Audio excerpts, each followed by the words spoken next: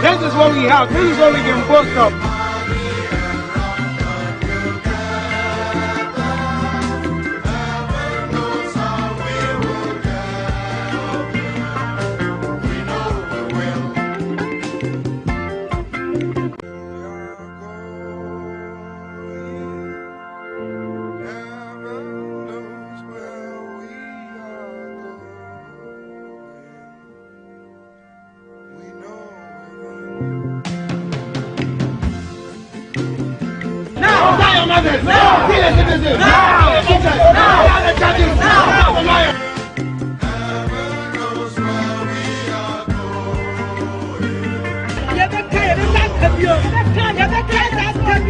We had a better water to drink, and now we are destroying the water we are supposed to drink. You have clean water in your home. Nobody will come and tell you that.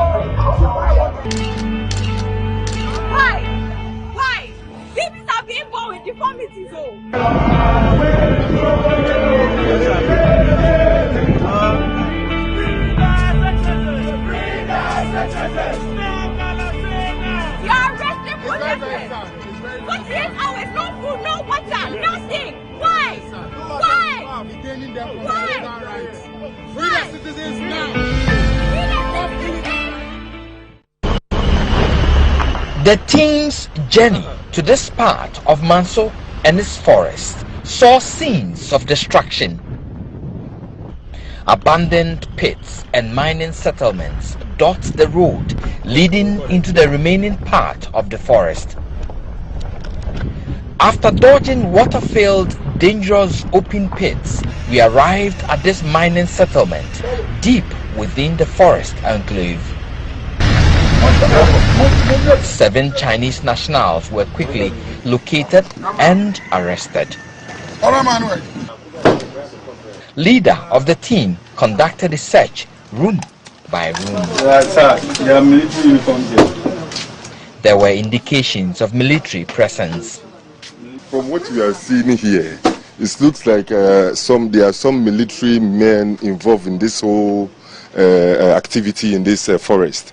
Because looking at their uniforms, even some have names on them, but we did not meet any of them. But looking at it, I think the military were the people protecting them here to do this illegal job. Okay, so what are we doing with the uniforms? First of all, we need to retrieve them and then ascertain as to who sanctioned their duties here. So these are military accoutrements. You can find names on them. This one is Camel.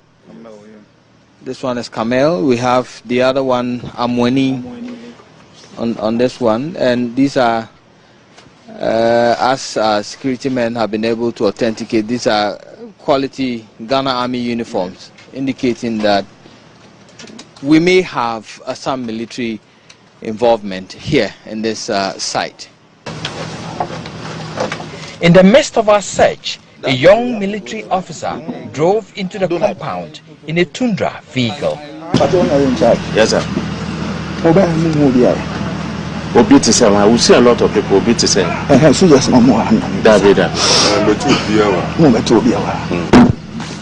He started making some calls to his superiors. I will do the staff sergeant, sir. We are here at this thing, Tontokrom. The hot duties, and there are some policemen and media be here. Within the next 30 minutes, the whole place was crawling with over 30 angry, armed military men. Anger turned into heated verbal exchanges and near fisticuffs.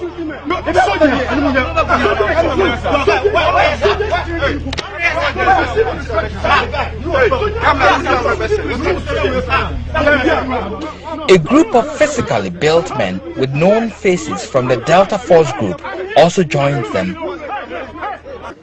The Chinese were released. Our news team was prevented from filming anything from this time onwards as they overpowered the task force and took over. Stop what you're doing! Stop what you're doing! Things got physical as the macho men assaulted my driver, forcibly took the keys to our vehicle and struggled with a camera technician for the camera. Under the watch of the military men, they broke our windscreen and side mirrors. Owner of the site, Donald Ntua, ordered the military to delete all footages from our camera and our personal phones. But we managed to retrieve items from our formatted card. It took the intervention of the Ministry of Environment and the Military High Command to get us released. The Minister for Environment told our news team, quote, Heritage Imperial only has a prospecting license, and so it is mining illegally in the forest. He is supposed to be drilling, testing samples to be presented in the process of getting a mining permit. But Donald told our news team he has all the documents giving him full access to mine in the forest. But in all this, the best judge is the environment, which lies unclaimed with huge gullies and pits. Reporting for Joy News, Erastus Asaredonko. It's a person first and foremost, we are not choosing. We are not against mining. Rather, we want to support you to mine. Sisi Ayekasi, offer Operation Vanguard, Operation Hot, Operation Gallup Stop. Japan is sisi the stop war. The stop war. Stop war. Yeah, a person we are not here. The sense said, a person mine we and Untina Jacase, baby, our own mining piano. You want to cadester, fine. No, I letter to show. No, they are MC. I a friend of your committee from District Mining Committee. Operation Hot, that laptop, about the soldiers for now. Mususan, a training name, official. When you are going to some mayors and community. To be outside, our acquaintance and question in our power. So about patrol, and patrol now soldiers need security services in the world. And my road business with it. It is a while for now of 5 million, 3 million, 10 million. Now the region of myself of 1 of the man. Sadly, because the police for this soldiers go to that at the office, a cases are more man in our women are left in the room. And in Zimbabwe, or be patrol, as I said, when they are. So while we are money, the wild person of the man, on board in my woman. I saw the paper said, or you saw the indicating pay too much in pay, but too control board, my own day, and track ideas of more with Mongo Kamau. Oh, yes, there were 24. So my patrol or Baba patrol. And the Akase, authority of the age you must have mature. They Jeffrey himself. You don't know where you get a moment to one, or also here you get you the table. I say, but the women are looking is a woman away a for. And Bravo be a mobile for a year to make people. Or no, I want a woman was a poor woman. The moon is high as a seal to be trapped. More than 2-3 months as a seal to bed in the trap. Meaning Saita, only police for Kenya or Mamma Shia, Yakoya, Paul, Pen, Dima or Moa, and the police go to check, go get Obi. But the open Bia, what I say, or I be Bia, about a week of about 3, 4, 5. When you have Mama police, or when you want me, I went to your mocha. When you have Mama Sujani, or when you want me, I went to your mocha. And if you also got an idea, I want to go to some. A before action now. Hey, to go, there will be better to police in you. Debbie, what to go? What you see that you do? And the answer, Pecha Mele Kakaka. And Utina, on what you list, and I'm watching with Dina number. Nina, watching number on the critique platform. Platform and medals, PMC, medals, the regional minister with the labor tissue. Now, yeah, say, what they say. So, what site baby do be bound now on the air here? Only a baby and let 20 dinner. Now, voice message, actual platform, as you said, Mrs. Vichenzo, Asomji, soldiers will be Abaha. Almost say, almost vaccine. Then you say, Marsh, on the fair marsh now, for him to see. Sometimes, some men say, you're a better friend, he said, on Professor Easy. Maybe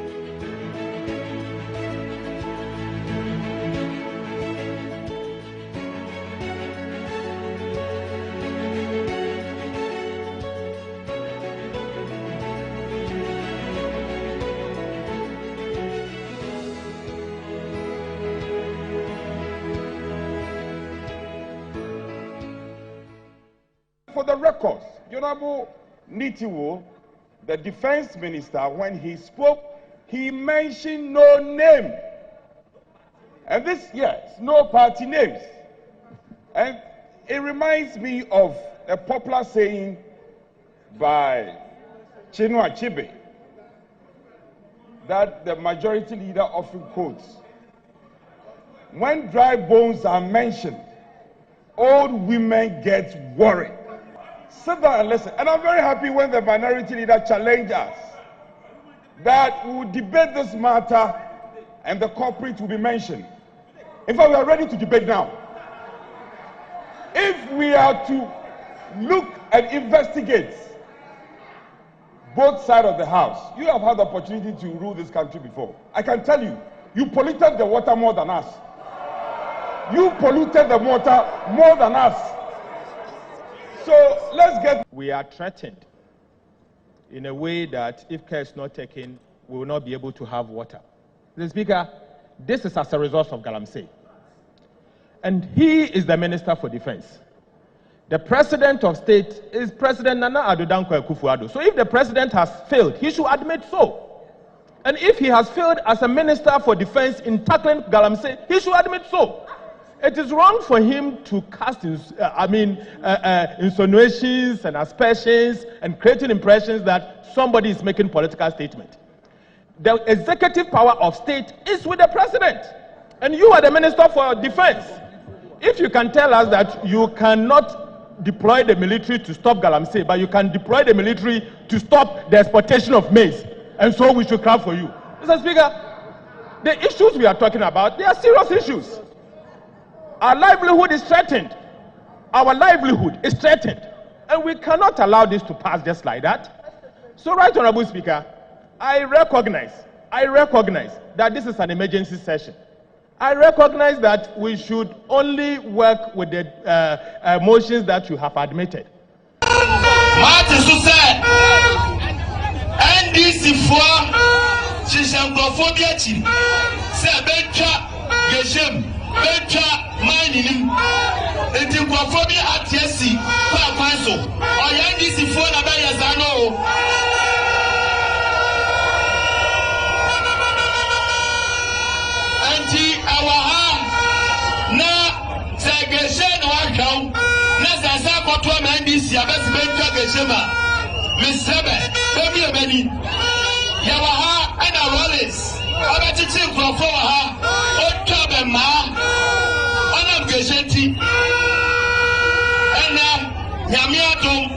Dr. Mahmoud Baumia, Odini, Wazani, this year, or the Akani campaign team home.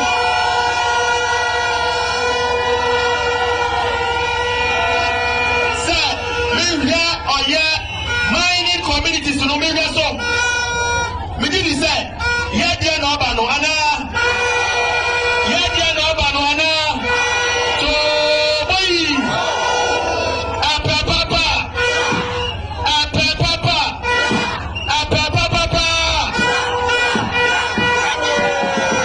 Kabrani who said we are winning the seats in the mining areas, so they decided to go and import foreigners.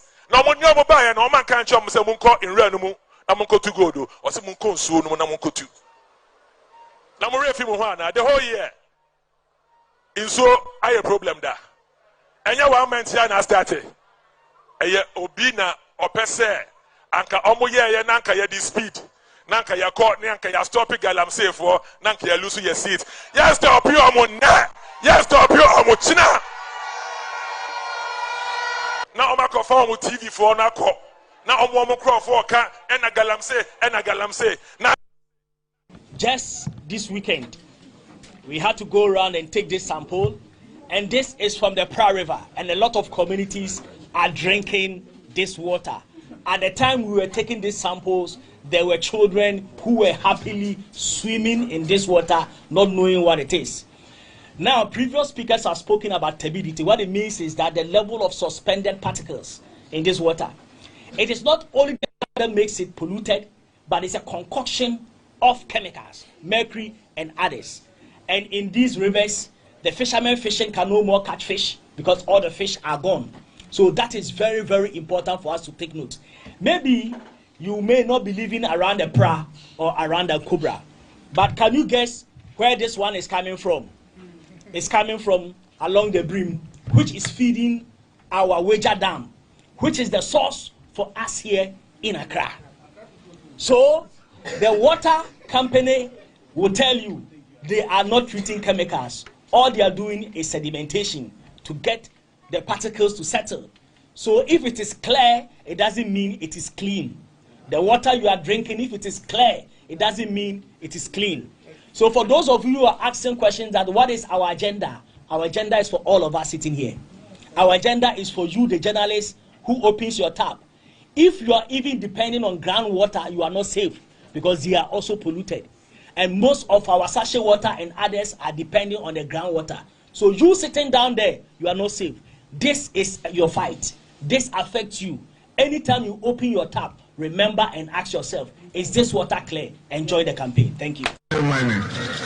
Watch it, what do you want to court? And you call prison. And then they can say, your mother didn't be at that prison. Say, oh, we are Galamsey. And so, you're watching China Niba. I know you're Galamsey Queen. I know the more for an uncle Jina court, and for an uncle too. Most on your uncle Nicrum. And I'm way down the free or home. And so you're mad yet, almost the Omoda if you say. As you, you're bad. Almost what you are, I'm saying no. All my true mumu. You're more amnesty, no more Saba.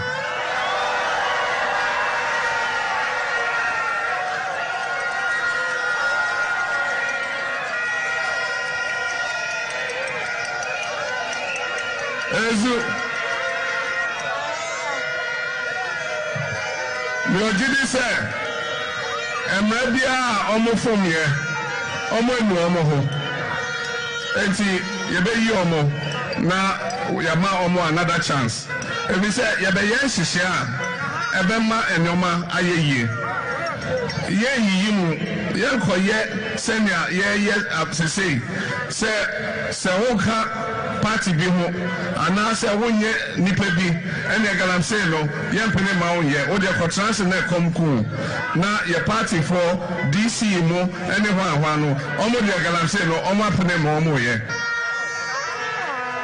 ezu na ne ya ne se obi excavator ya je na e de komo obi foforo na on the odi 2 gold na o de ote ho. And then they say, excavators, I had to get free for you. I have a job at the near side, their mom.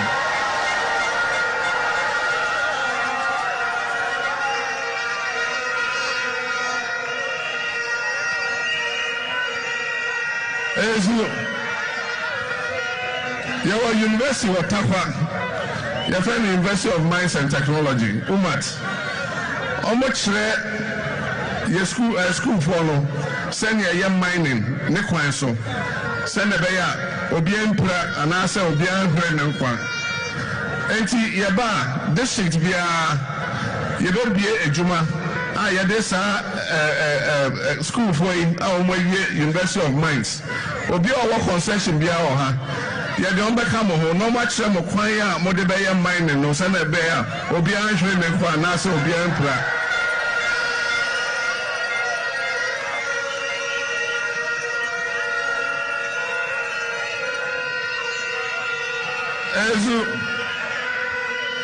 Na mutu sika koko ni wie mutu go ni wia on be kire mo say na mo be piapia anua no akatakata so fefefe na ye duadua gu so say na be ya asase no ebe ye yie bi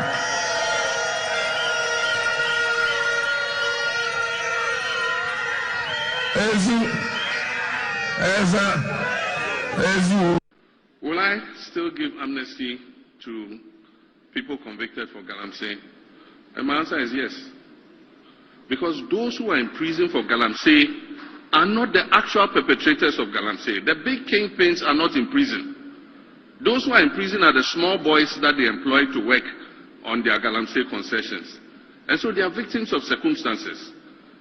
And so if we're coming with a new fight against Galamsey, let's start by giving them amnesty. Let's bring them out, reform them, and do the things that will make them not go and do what they've done again. If it's somebody must be in prison, it's those district chief executives and ministers and others who are doing the Galamsey, not the people they are employing.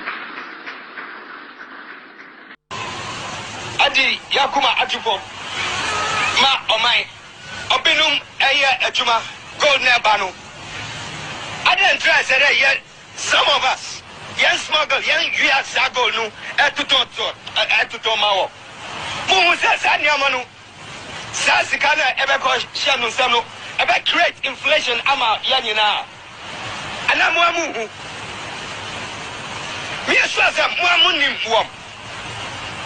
I hope what I'm hearing is false. Sir, police, when they are looking up to some of you policemen, some of you are even partaking in this nonsense. Huh?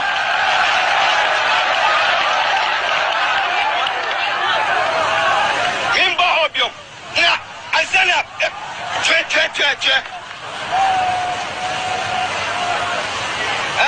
Mimba Ho. Adi Yakuma Ajupom. Ma Omai. Obinum Aya Ajuma Gold Nebanu. I didn't try to say that yet. Some of us, young smuggle, young Yasago, no, Atutomawo. Mumusa Sanyamanu, Sasikana, Ebeko Shanu Sano, about create inflation, Ama Yanina. And I'm Wamu.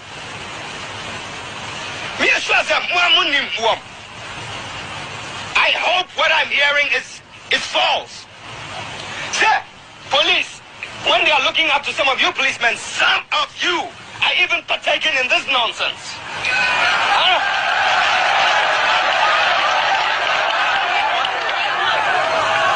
Mimba Hobium. Now, I stand up.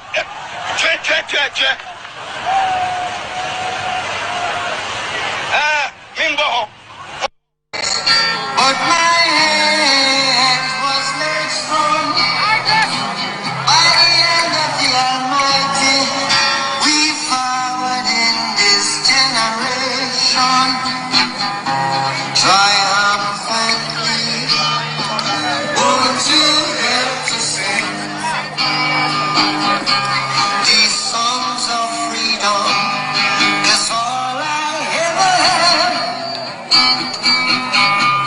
Redemption songs. Redemption songs.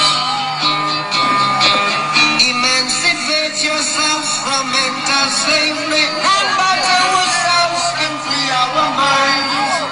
Have no fear for atomic energy, 'cause none of them can stop the time. How long shall they kill our prophets while we stand aside and look? Some say it's just a part of it. We've got to fulfill the goal. Won't you help to sing these songs of freedom? It's all I ever have. Redemption songs. Redemption songs. Redemption songs.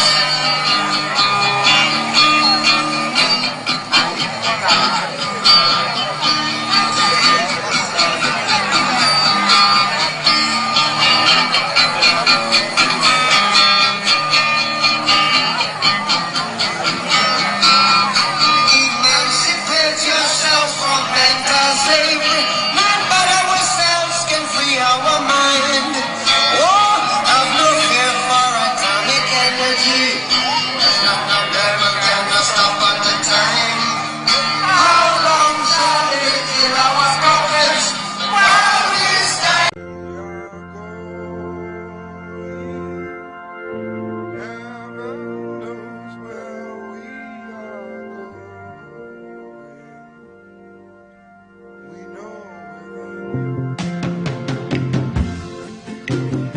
Now! Now your mothers! Now! Kill the citizens! Now! Kill the teachers! Now! Kill the judges! Now! Now!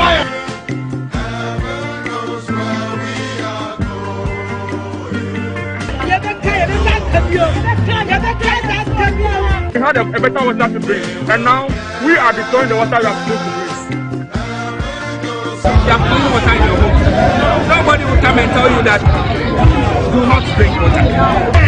This is abnormality.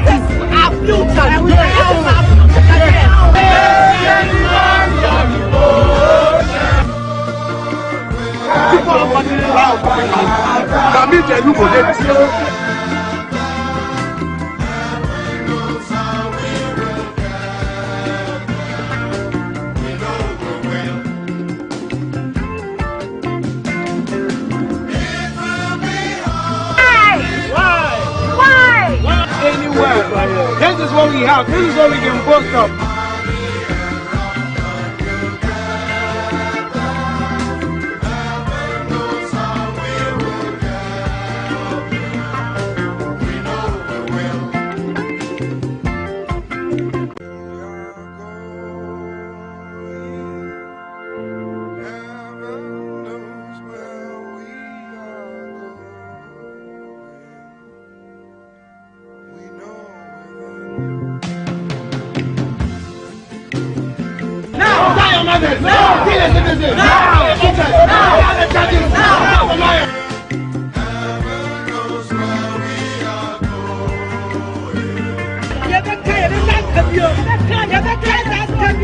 We had a better water to drink, and now we are destroying the water we are supposed to drink. You have clean water in your home. Nobody will come and tell you that do not drink water. This is abnormality.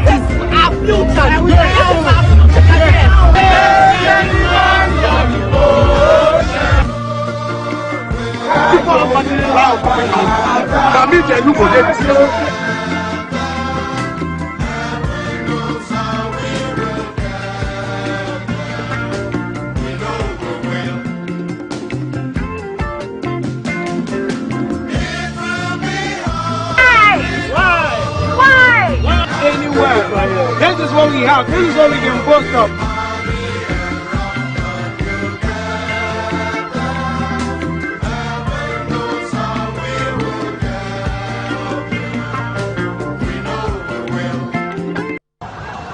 Hi guys, good afternoon. So I'm out here. There's still some guys here. They're in the corner. But anyway, the reason why I'm doing this video is to kind of dispel a few untruths being pushed out by the media, by the police. Okay, so let me start with what happened in the morning, right? So I'm sure you've all seen videos of Oliver taking the car key out of one of the police vehicles. What they didn't tell you was that they were towing away our car that had all our supplies, so our water, our placards, everything. So this idea that just because it's the state is allowed to do whatever the hell they want, and you're not in any way allowed to resist them in any way, you know, we need to move away from this. Oh, you are so lawless. What is lawful about agreeing on a route for a demonstration, and then on the day of the demonstration deciding that actually you can't use this route, we're going to create blockades to stop you from being able to do what we both agreed on, right? So once the thing is, if he who comes to equity must come with clean hands, has the police acted justly with us? Have they been fair? Have they been honest in their dealings with us? From the constant need to try and attain ex parte injunctions against us, you know, and it's like this constant, the minute we react, it's like, oh, look at what they're doing. Oh, you're so lawless, you guys are so this. But all of you are so silent on the mistreatment by the police, by the state, how the state uses the police to suppress our voices, to suppress our right to protest. Okay, and then as it stands now, it's literally like 4 p.m, right? In the morning, from about 11 o'clock, people have been arrested. It's 4 p.m. We have no idea where Ghana police is taking these people. We have no idea where they are. It's 4 p.m. From 11, 5 hours. So these people have not been allowed to seek legal counsel. So you people keep talking about, oh, and we fix the country for, you guys are lawless. The police, are they lawful? What is lawful about arresting, literally kidnapping? As it stands now, there's an 8-year-old child who was also taken when they were arresting people. We don't know where the child is. Now, would you be okay with that? Would you be okay with that? They have to say they don't even care about human lives, not even recognizing the fact that there's a child. So you know what? This is a child here. Let's be mindful how we act. They put the child in the police vehicle. and it's 5 hours. How is this okay? How are we comfortable with this? And all I'm seeing online is, oh, you people need to learn to be lawful. Has the police been lawful? The police themselves, the ones who was meant to, you know, who are meant to maintain law and order, continue to break the laws. But you people are so comfortable with people in authority breaking the laws. And talking about breaking the laws, let's talk about Galamsey. Is it not the same police service and the army, government, who are protecting the people who are doing the Galamsey? When Erastus and Joy News went to do their documentary to expose Galamseyers, was it not members of the Ghanaian army who attacked them, destroyed their equipment? Where were you then? Where was the lawfulness in that act? So this idea that you continue to seek lawfulness from people who are constantly being oppressed, constantly being attacked, constantly being treated unfairly, come on guys. Like, you cannot continue to expect this from us. You can't expect.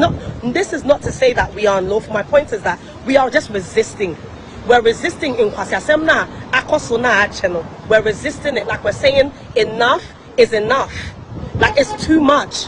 And you know, everybody, oh, you guys, you're doing this, and then this one needs to be arrested, and you blocked the roads, and you did this. The police, we agreed on the route. Ask them in all of their statements, can they tell us? People keep telling, oh, they didn't use the approved route. Ask those people saying that, what is the approved route? Have you asked that question? Is anybody asking that question? Is anybody asking Ghana Police Service, why is it that you agreed for us to finish this protest at Revolution Square, yet yesterday morning you decided that you're going to block the road off from 37 Police Hospital? Why is that? Has anybody asked that question? Is anybody asking that question? You're constantly having these expectations of from us, the citizenry, in a way you don't have expectations from the government, from state actors. They're literally being paid with our taxes. But and then you also be supporting them with your nonsensical comments. More pressing. When this Galamsey, the food, the areas where we grow our food, literally is where Galamsey is happening. So they're watering the food in those areas with the toxic. That water that's toxic because of all the Galamsey, the toxins are going into the food that we eat. The yam we're eating, the crops we're eating, everything that we're eating, a lot of it is coming from these areas. We are all at risk. Ghana Water Company literally came out with a release talking about how Galamsey is affecting their ability to be able to provide clean water to us. We already know what the water situation is in this country as it stands. Most of you struggle to get water on any given day. You know, you're having to constantly find a tanker to bring you water at home because you just don't have access to constant supply of water. And then if Ghana Water Company is saying that actually even Kitwanokaya is going to be affected, that you people want to sit at home and be unbothered, really? How can you be unbothered about this? And the thing is, everybody drinks water. So even if you think, oh well, I'm going to buy my bottled water, I'm going to buy my pure water, it's still in the water. It is in the water. Where are these people getting the water from? All the water that they use is coming from Ghana Water Company. So what are you talking about? Charlie, let's be serious. Like, I'm tired. Like, I'm tired. It's like we're constantly, every single time. Why do you people constantly want to be on the wrong side of history? On the wrong side of every conversation? We're talking about ending Galamsey, and everybody's focusing on, oh, but why did you take a car key out of a police car? Are you kidding me? Can we be serious? Like, you're talking about, why do you think, when people are literally children, we're seeing every time. The result of the vote. So you can actually vote for a party which can punish you.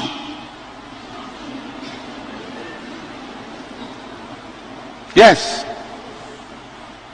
And they can punish you and create hardship for you, but because you see it like supporting Olympics or Accra House of Folk, you still support, although the policies are not favoring you. It's not about party colors. A nation becomes what its citizens vote for. What you have just tabled before us do not align with what is on the website.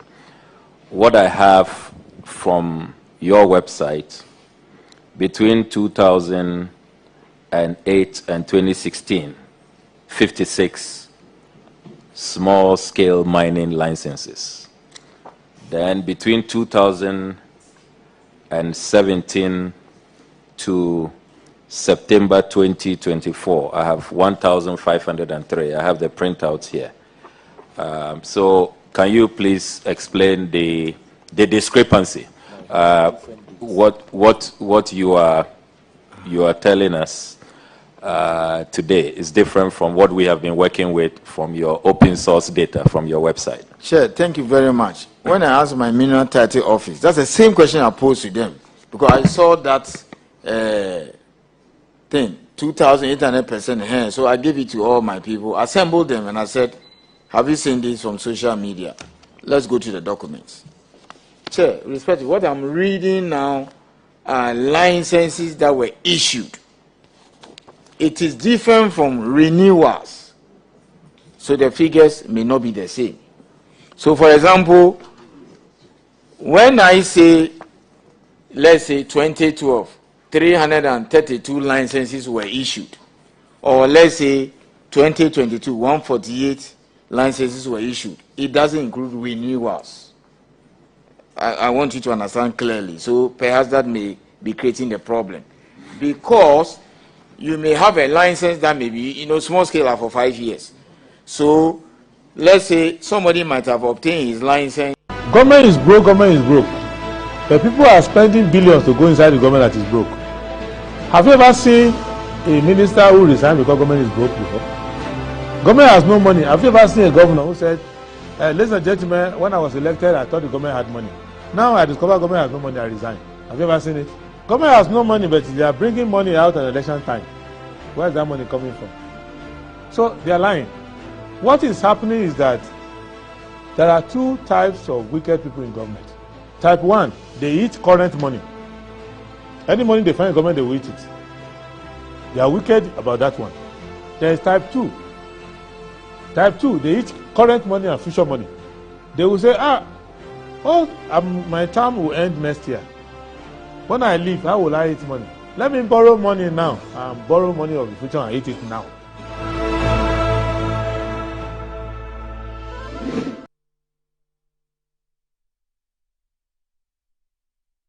Right, hello, good morning and welcome to the show. This is Good Morning Ghana live on Metro TV. It's Friday, the 11th day of October 2024.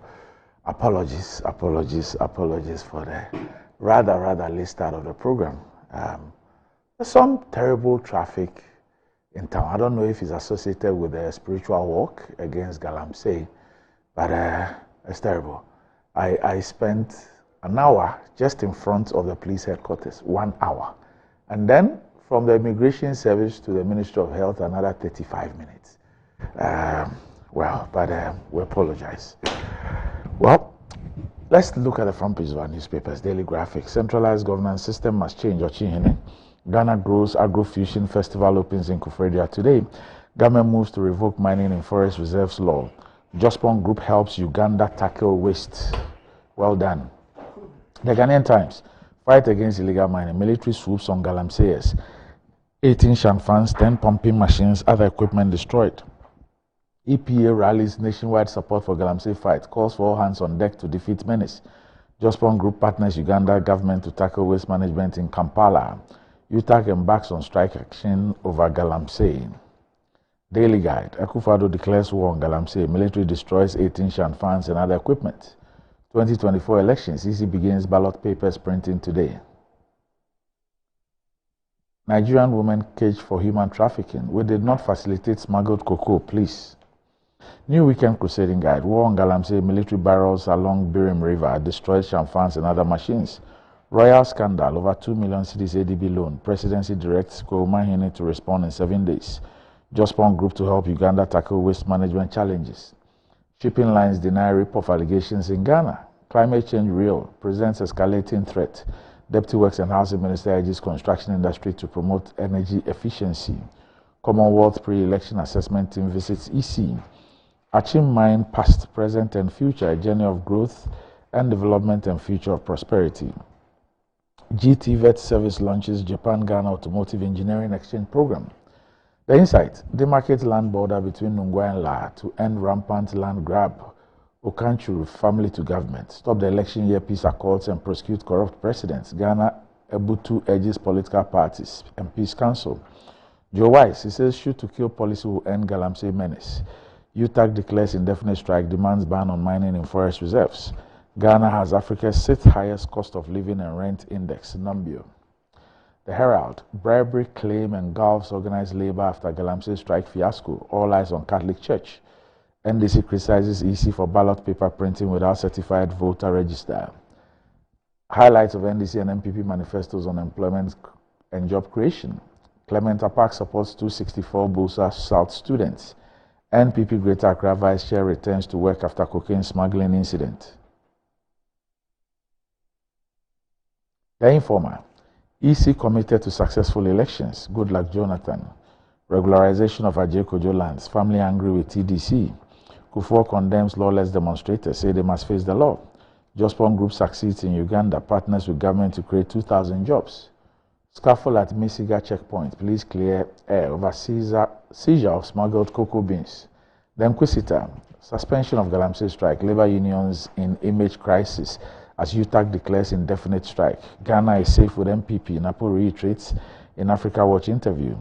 NDC is not looking for power to loot state. Mosquito. Ghana Post marks World Post Day. Galamsey. Ban on Ghana's agri exports imminent. Importers and Exporters Association. The Daily Statesman. Military drives out Galamseyers from Birim River. Achim Mine. Past, present and future. Free SHS stakeholders engaged over science education. NPR lays fear of LPG shortage. Ochiini urges government to prioritize rural development. Duka rallies Western region communities against Galamsey. The Daily Searchlight.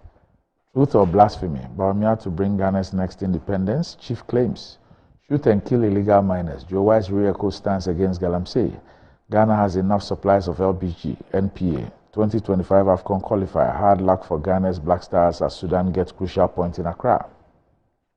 The Ghanaian publisher, Ugandan government partners Jospon Group for landfill decommissioning. Military destroys Shamfans on Birim River as government steps up anti-Galamsey fight. Catholic bishops clear air on environmental prayer against Galamsey. Snate boss assures pensioners scheme is viable and will protect your financial security. The Custodian, taking waste management abroad. Zoomlion leads Uganda's green revolution. Government intensifies Galamsey fight. Shamfans destroyed on Birim River. Achim Mine, past, present, and future, a journey of growth and development and future of prosperity. Business and Financial Times. NPR lays fears of LPG shortage. Shippers Authority Act will sanitize commercial shipping sector. Guta. 3,000 MSMEs gain essential business skills to spur growth. Sanitation from trash to treasure. Jospon Group to help Uganda tackle waste management challenges. SNAID disburses over 3.7 billion cedis in pension benefits. Feature, customer experience, the strategic advantage every brand needs in a crisis. And another feature, bold solution to address law school admission backlog. And finally, the good old Catholic standard. Catholic Church committed to nation's progress. Focus on things that unite you, mixed marriage couples advice. Second, congratulates New African Cardinals.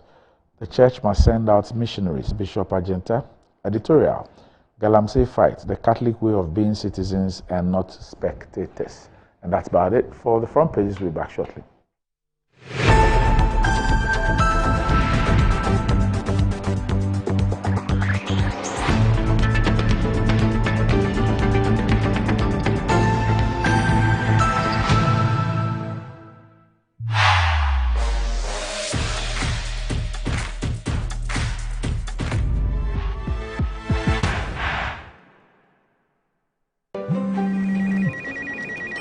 She's coming. She's coming!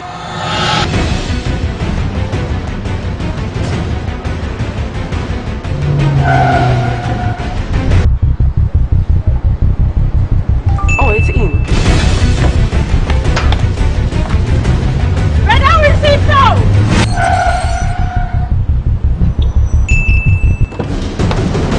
Boss, let's go back. Okay, here. Take this. She's coming. I know. Go to the pharmacy now. She's coming! Oh.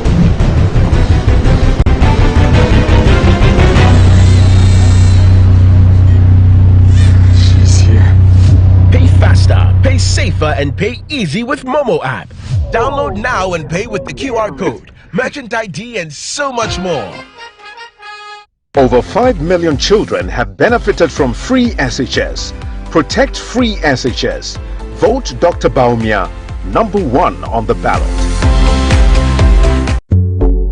In today's modern world, stairs are a challenge, especially for our elderly and those with health concerns. Navigating them can be difficult and even dangerous, but there's a safer way to move vertically. Lifts and Elevators Limited Company, your answer to a more accessible and secure vertical transportation. Our elevators and escalators, including top-of-the-line pneumatic vacuum elevators, Fuji elevators and escalators, offer a safer and more convenient alternative, eliminating the risks of stairs and enhancing accessibility for homes, businesses, and hospitals. Choose safety and convenience with Lifts and Elevators Limited Company. Elevate your spaces today. For more information, visit our website at www.elevatorsgh.org or call now on 0200-535-515. Lifts and Elevators Limited Company, the elevator people.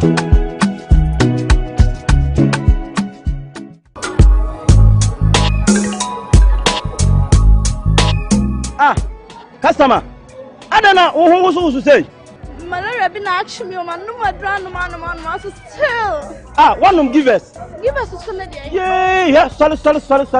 What rest of so give us here and don't come down. But so good as so. But tomato give us the and don't come down. Give us about me, sir. Paper try the and don't come down.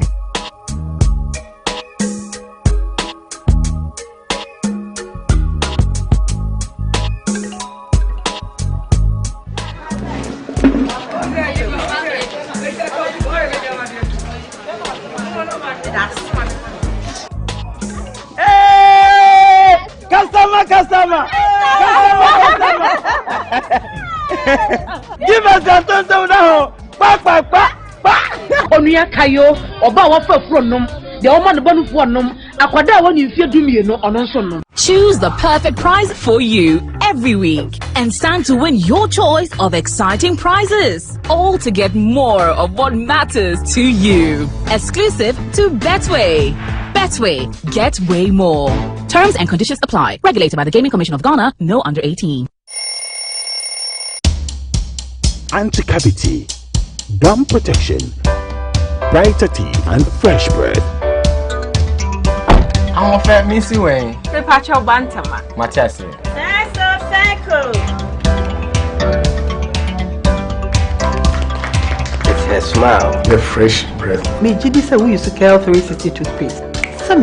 Cal 360 toothpaste. Guys, here, Cal 360 toothpaste. It's a gum protector. Onim Jom Kasan. Cal 360 did the way. It's cool mint, gives me fresh breath, and your confidence booster. You will see so feeling to when you know Cal 360 toothpaste. Happy smile. Cal 360 toothpaste, anti-cavity, gum protection, brighter teeth, and fresh breath. Kel, happy smile. This advert is FDA approved. Now let me tell you why you should choose Safari Valley as your conference destination. The new conference building combines modern amenities with the tranquility of nature, providing the perfect backdrop for your next seminar and corporate retreat. The only conference destination with so many activities. You don't have to travel to visit your tennis club, the gym, or the stables. They have it all. Enjoy this rooftop viewing deck, basking in the sunlight with the sight of wild animals roaming freely in their natural habitat. At my break, I'm able to practice my putting. It's a unique experience that sparks creativity and rejuvenates the mind. Visit Safari Valley Eco Resort in Ghana, bringing you closer to nature. Hello, my name is Roland Walker. I'm here at Coastal Park. It's one of the many courts belonging to estate masters, and they are into service plots, property management, and luxury homes. And just in case you want to make that decision to invest into a landed property, estate masters is the right choice to make. If it is from an indenture, a site plan, you want it also barcoded, all is available. You might have heard about Chopoli. It's where we have the next cottage of estate masters. It is not only one of the thriving, but the most inviting landed property sites for you also to invest in. We encourage you, do invest in the next cottage at Chopoli. It is just close to the yet to be demarcated airport. That also will be a valuable property for you to invest in. In a fast-growing urban environment like Accra, safety should not be too far-reaching. It should be as easy as ABC. Hear the real stories from those who now feel safe like never before with Response 1. We were held at gunpoint in our own home, and they got away with it. We didn't have Response 1 back then. That was the most terrifying experience of our lives. But after that, we subscribed to Response 1 to ensure that never happens again. The last time the hoodlums tried, we had installed Response 1 monitored alarm system. Their response team arrived, followed by the police, to ensure we are safe. Don't wait for tragedy to strike. Protect your home with Response 1's monitored alarm system and our theft protection guarantee. Immediate response, real protection. Response 1, stay connected, stay protected.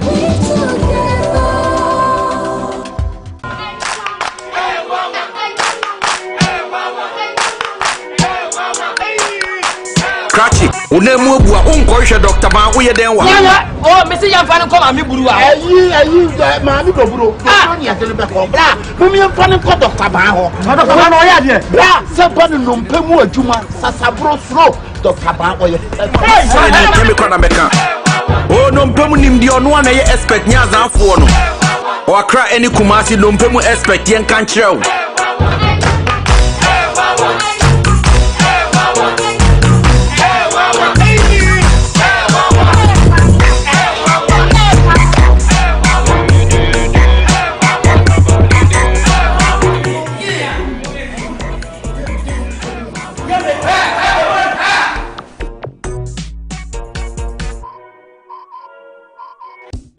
Auntie Esi, nothing I won't what time over me one money my busasa. Auntie Emma, the patch me by your school mukwan, a university.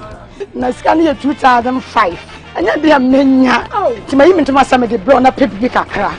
No the family. Oh, yes, men's Fantoman go to fee. It won't say John Dramani Mahama. Any NDC for say, saying I may have done a gun for Twabamana. Waba, Aba University via Technical University, College of Education, Nursing Training, woman academic fees for first year. Hey, free, no stress. And then how did it? And then I'm then there. Auntie, hey, share a BM was say, and can able siana, not a bow or more to a suku suono. Sano bonny back one, says they was so best home. Ediama Oma or more to a suono. And then your Mr. John Mahama, yet shaman soon cry say, yet we are no ma. Omo jija ma sabi bread yasa. Omo ko suku pon. Wase wo mu nyina wo ba. Eye free. Ane sama. Yay. Enka me ko nanka na ye 7 December.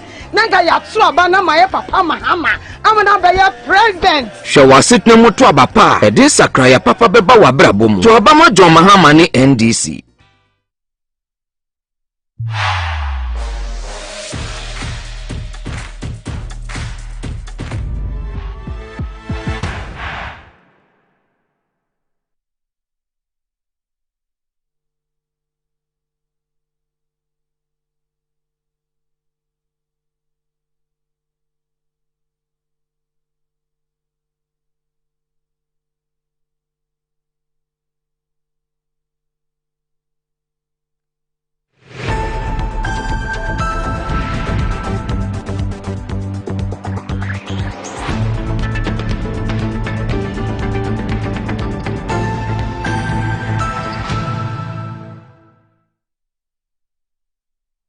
Right, welcome back to the show. If you just joined us, this is Good Morning Ghana live on Metro TV. It's been an awesome journey from Momo, from MTN, 15 years of ease, safety and convenience. This is definitely worth celebrating. That's why the Momo at 15 Rewards is here with amazing cash prizes to say thank you. Send Momo to an MTN Momo user or make payments to an MTN Momo merchant at no cost whatsoever, only on MTN. So go on, download my Momo on App Store or Play Store to enjoy this. Just Momo it everywhere you go. Terms and conditions apply. And if you're thinking of getting that toothpaste that will take care of the entire family and save you for some money, the recommended family toothpaste is KEL 360 toothpaste. It's approved by the Food and Drugs Authority. KEL 360 toothpaste provides you and your family with all-round dental protection throughout the day with freshness. KEL 360 toothpaste is good for kids, children, and adults. Let your family be a proud family when they step out by constantly using KEL 360 toothpaste. KEL 360 toothpaste brightens your teeth, prevents cavity, and with its cool mint gives you fresh breath throughout the day and protects the gum from decaying. For consistency and quality, use KEL 360 toothpaste. KEL 360 toothpaste is another product from Samara Company, limited producers of Sasso. It's available in all supermarkets, malls, and provision shops. Call Samara Company on 0246 864 798. KEL 360 toothpaste, happy smile. Right, so with me on the show this morning, I have the Vice Chairman of the Bawumia 2024 campaign, the Honorable Nana Akomia. Nana, good morning. Morning, Randy. Also with me on the show this morning as the Chairman of the Assurances Committee in Parliament. He's also the Member of Parliament for the Northern constituency, the Honorable Samuel Kujeto Ablakwa. Sanoman, good morning. Hi, good morning. Gentlemen, I don't know if you experienced the unusual traffic this morning. Yeah, really bad. I didn't know what was happening. It was just horribly unusual. The places where you normally would not get traffic. I mean, I got some traffic at the Palace, the construction. I got some traffic at the junction of the Mahama Road to the Bema Camp Road. Those are normal areas. Yes. But then there was major traffic. The American Embassy. Of course, there's always traffic at the Morning Star School. That's what we expected. Sometimes traffic at the police headquarters. But everywhere, including the Ministry of Health. Yes. That quiet road. From NIB. From immigration BNI, the bank, wasn't it? Republic Bank. Yes. Traffic on that quiet road. And then I understand that there's a walk, a protest by some group. The Catholic Church. The spiritual walk. The spiritual walk. Yes. I think the police announcement should have been a bit more widespread. Yeah, if they're going to block some places, if there will be traffic some places, so we can use alternative. I mean, people can routes. even delay their trips or reschedule meetings and so on instead of coming to sit in traffic. Anyway. Right, so apologies once again. The son of mine apparently got some spiritual insight and he diverted his course. So he got there. Samuel Kujeto. Yes. He got there. I'm sure his sources within the police hinted him. Well, for the record, I didn't intercept anything on traffic this morning. You know how we all have tools at our disposal, yet we take things for granted and we don't use them. So I could have simply checked on the traffic situation. But I took it for granted. I mean, it's a routine. So I didn't even see the need. Normally, the police announcements on radio would have been all morning. They would have been announcing. I didn't hear any warning at all this morning. And I noticed that many of us don't set up the GPS system in our vehicles. I haven't done that in my vehicle, even though it's available. All the modern cars have that. You know, but we don't do that here. Elsewhere, all of them are. It's only when you are looking for a location that you use that. Anyway, okay. So we'll get to the meat, and the meat will come pretty shortly. But there's we're going to eat meat this morning. We want to prepare meat for lunch. So you're going to keep us here to maybe 12? No. My authority doesn't extend beyond.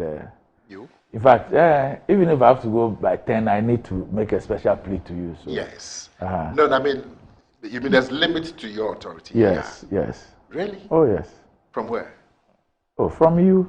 That's I mean, all I can do is say that my time is up and go. But that was. But that then disrupts it. I can't stop you.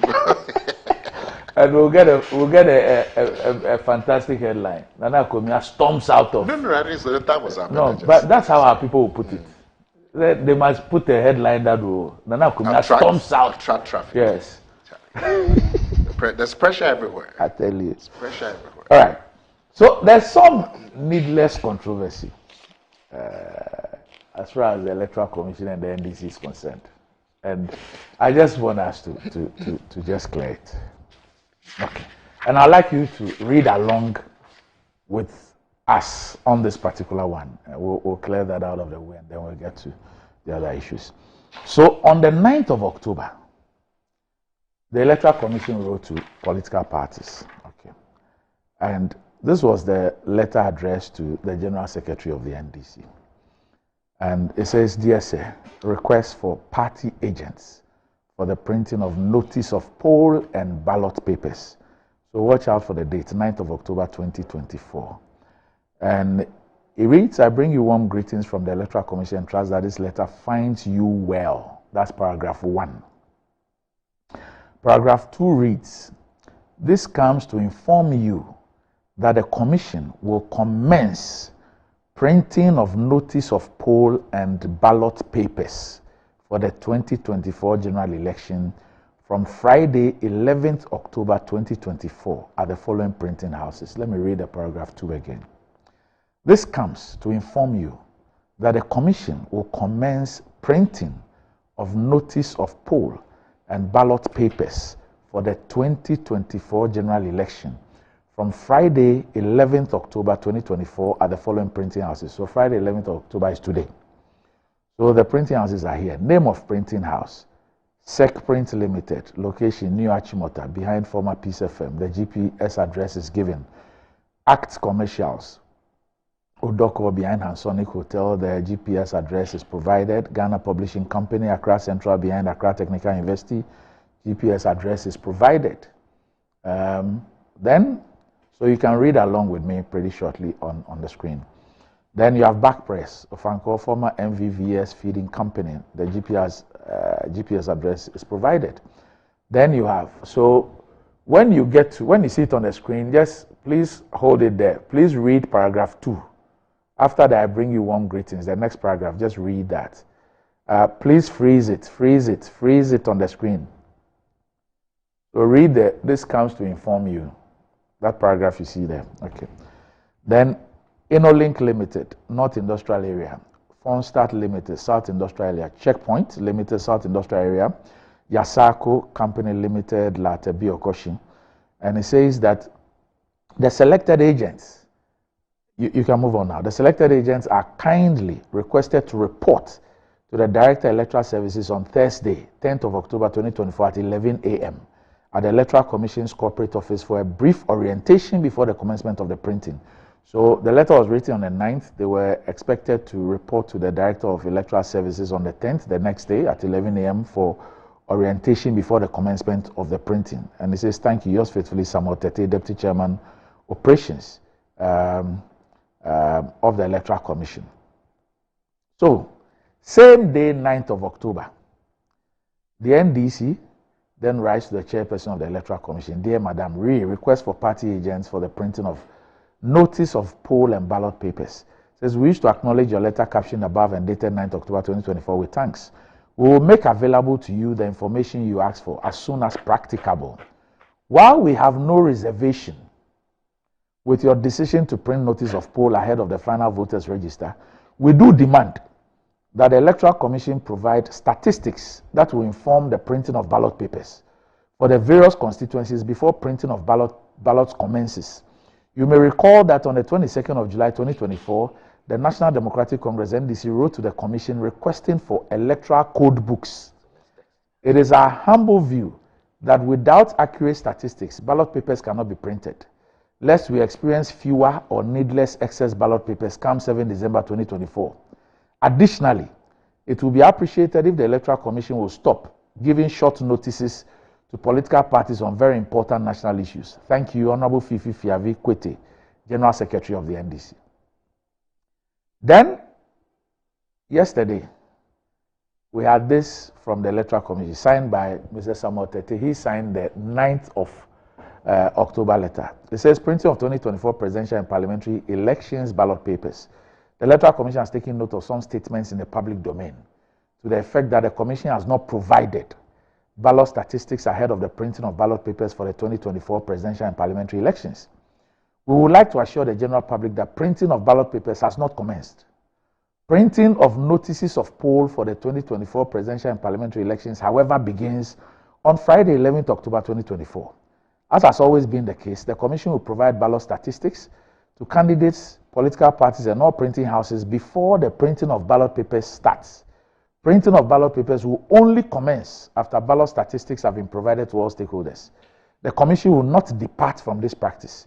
We urge the public and all stakeholders to trust the Electoral Commission to deliver transparent, credible, free and fair elections in December 2024. Thank you. Signed, Samuel Tete, Deputy Chairman, Operations. Nana? Yeah. What is wrong with the Electoral Commission? Well, the impression I get from the letters that you read, it means on Wednesday, yes, they wrote a letter to the political parties, yes, inviting them to send agents for printing of the ballot papers on Wednesday. And then the NDC protested because there has to be some prior actions or prior information before the printing of ballots can start. And then the Electoral Commission responded, was it yesterday or this morning? Yesterday. That they're not going to do ballots. They are not printing ballot papers. Because yes, they agree they have to do some prior information and all of that. But what they're going to do is the notice of poll, which might not require party agents. But there doesn't seem to be any reference to the first letter. Yes. Yeah. So because the NDC reacted to the first letter. So if the first letter, which was written on Wednesday, yes, I mean, they should have acknowledged that there was some. So this comes to inform you that the Commission will commence printing of notice of poll and ballot papers for the 2024 general election. It's the Wednesday letter. Yes, from Friday, 11th October 2024, the following printing houses. Yeah. So it's on the basis of this letter that the NDC wrote and said that, hey, we don't have a problem with the notice of poll. However, for the ballot papers, you cannot commence. Yeah, so they should have made reference to the first letter and so if you heard, admit that I heard. Yeah. But there was no reference at all. At all. And they create the impression that there was something in the public domain and that it is wrong. Are you sure they wrote the first letter? It's the same Samuel Tete, he signed it. Okay. And it's the first letter that the NDC responded to. So and he's the same person who signed the second letter. They should get their PR a bit more. No, I mean, this Electoral Commission should stop these things. If you want the public to have confidence in you, in your organization, this is not how you conduct yourself. You must act with honesty. You must act with truth, with sincerity. And you must show respect to your key stakeholders. You don't do this. You don't send a letter, state categorically that you are going to print ballot papers. When fundamental issues are raised, you then issue another statement and create the impression that the NDC was hallucinating. But they say they've seen things in the public domain. They didn't refer to the NDC. Yeah. Who put it in the public domain? I mean, please. These things don't help the image of the Electoral Commission. And you see, those who believe that there's a grand scheme to rake, to create an uneven playing field, these things justify all those suspicions. So the Electoral Commission should put his house in order. I mean, it's become one too many. This cannot continue.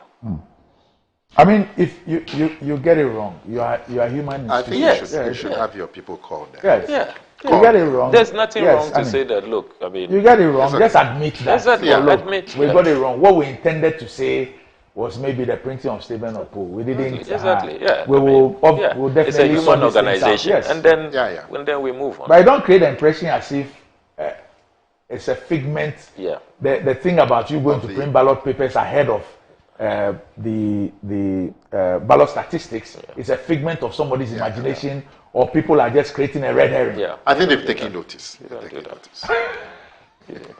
You don't do that. Nana to the rescue.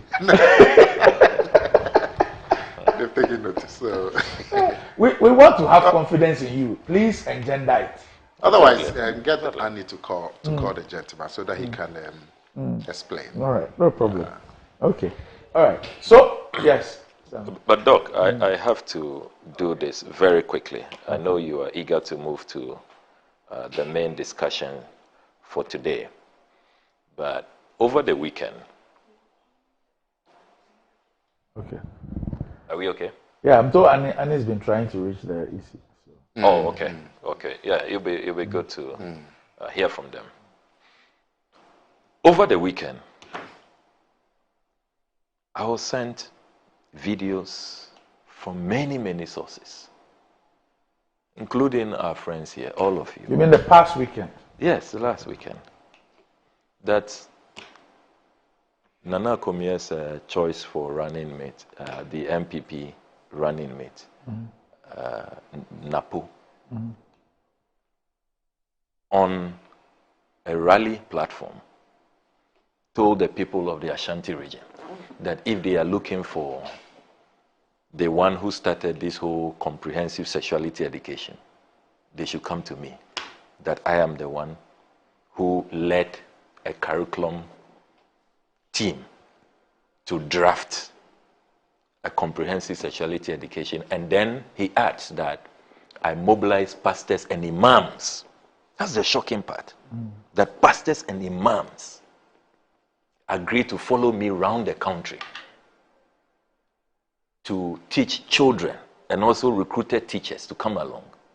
And we're teaching children how to accept LGBTQ+, how boys should kiss boys and girls should engage in lesbianism and all of that. I mean, totally horrible stuff. Is this your interpretation of what he said, or you're quoting? You haven't seen the video? I have. That's what he said. That's what he said. Is that what he said in the video? Let's watch. No, let's watch the video. Exactly what he said. Let's just watch it. Incredible. And I'm the one who says, say, oh, my curriculum. As I said, when I was poor, then show me, said you. You might go to the man here, but you see, I want to change him. I don't put the black one. I don't suffer any man for. And Omuko so and Omu Chen Kola, teacher for Chen Kola, said your Bema Kissy Bema. Said your bar, and then the back of our Sando was a Cosmo Gano. And to the Dramani Mahama, Penny President. Obia did 2 times on the same. Obia did 2 times on the same. Obi Mukrama and the Chia went to the outside today. I don't Penny President. So I say of the legacy, Mukomisa, 4 years, can you answer that? 4 years. Emma, or have you over or catch I said, you better baby, you better just Right, so we've seen the relevant portion. It says, okay, so what you said essentially is true. Yeah. So you mobilized imams and pastors. Yeah. You went around getting teachers to teach kids. Yeah. So boys how to sleep with themselves, kiss themselves. Girls too how to do same. I mean, what's happening in this? And that is how what's happening in MPP? And that is why John Mahama was booted out. Yes. So probably because of the curriculum I led and the activities of I and my pastors and imams and the teachers who collaborated with us. That's why President Mahama is the only president who had 1 term. I don't know whether he means that President Mahama was cursed because of that. Yes. You know, I mean, vice presidential candidate in this modern era of campaigning. No policy discussions, no great ideas for the future of our country. Look at the state of unemployment. Look at the state of corruption. Look at the state of the economy. People can't get access to their own life savings. The issues that confront us. Look at the state of our environment. Are you worried that he has exposed you? Is that your worry? My worry is that this statement by NAPO is so false. It's blatant concoction. Total fabrication. No truth. Look, it is NAPO himself who introduced. You see, what he is doing is that he knows he will be called out for introducing comprehensive sexuality education in 2019. In January 2019, it's NAPO who went to a UNESCO conference and assured UNESCO and the international community that he is introducing comprehensive sexuality education and that his government by September that year, the new academic year, the 2019-2020 academic year, they will introduce comprehensive sexuality. And indeed, it was introduced. All of this LGBTQ agitation, it starts from there. When parents discover that suddenly their children are returning home with textbooks, materials on all of this comprehensive sexuality, the video is available. You play the video with where NAPO at UNESCO telling the international community that they are going to introduce this. So why blame? Look, I was deputy minister in charge of tertiary education. I was not responsible for basic education. I have never been asked to lead a curriculum committee. Never. I have dared him to produce that curriculum. I've dared him. It's been a week now. And he should produce the list of the pastors and imams who followed me around the country. He should produce that list. I mean, what is this? It's so disgusting. I can assure you that the running mate of the NPP, NAPO, is speaking about unemployment, is speaking about corruption, is speaking about the environment. He's doing an extensive tour of the country, and he speaks about these issues. And he's also speaking about comprehensive sexual education. Because LGBTQ is also topical. But if he's made an allegation against you that you believe is false. Totally false. Okay. You've dared him? Yes, I've dared him. On Monday morning, I put out a statement. And he's been silent since. I have asked for a copy of that curriculum he went to meet at the ministry. Yeah. And who were those in the team? You said I led the new curriculum. Who were those in the team? Where is the new curriculum? It appears Nana is very happy. And who are those pastors and imams? Nana, are you proud of this? The campaign of NAPO. I mean, is this what you've asked him to do? Take it easy. I mean, the thing that Randy is saying, no, I can't. Look, these are reputational issues. Yes. These are reputational issues. Look at how this country, over 90% are charged against this matter. So these are reputational issues. So if a major figure like that... You are lucky he didn't say that Sam Okuja to a black one. You are lucky. Can I oh yeah, like Kwame Nkrumah. Like Kwame Nkrumah suffered. Now, these are reputational issues, and all of us love our reputation. So, if an allegation has been made against you and you believe it's false, I'm happy that you said you have called him out. NAPO succeeded you. So, let's say maybe he also has some evidence. And so, for me, like I said, I don't like this. People throwing punches and counter punches. Let's come to a place where did you ever see in this country pastors and imams following me around this country? Look, let's not deliberately create some doubt or some. I mean, no. Let's listen to NAPO. I'm giving both of you the benefit. Don't give falsehood benefit. So how do I know which is false? So I'm giving both of you the benefits of the doubt. I have said to you that reputation is important. So if an allegation has been made against you, all of us, and you say it is false, all of us are interested to know this. So I'm happy that do you have the video, the UNESCO video? Do you have the UNESCO video? No, but I can find it. Because I'll send it. My point is, my point. Let me finish. You see, because now, from the video that you played, NAPO is saying that the comprehensive sexual education was brought in your time. And you are also saying that no, it was brought in NAPO's time. Yes. So there's accusation or allegation and counter accusation and allegation. I'm hoping that NAPO will respond so we can see. So now my point really is this. Assuming that there was even a pilot in terms of this comprehensive whatever. Assuming there were pilots. And there was never a pilot. Prior. Okay. or there were discussions prior, and you assume office, and you believe that there is something wrong with that thing, or you think that this is not good enough for this country, will you go ahead and implement it? It hasn't been implemented, has it? We have a 2019 curriculum that included the comprehensive sexual education. Yeah, it was implemented. 2019 curriculum by yes, NACA. in 2019, yes. So you remember, you recollect that there were some textbooks that came out. Yeah. We even brought them on this show. Yeah. And then NACA issued a statement and said that some of those textbooks have not been approved by them, and that it is some publishers who have gone to print some of those books. And we've even asked the action that the NACA and the ministry was going to take against those publishers. As we speak, we don't know what has happened. But the truth is that there is a 2019 curriculum on comprehensive sexual education. Comprehensive sexual education. So my point is that so my point is that even if because if you say that I came to her, let's say that some work was done towards that, and you came to power in 2017, and you believe that this is not good enough for Ghana. It's not good enough for Ghana.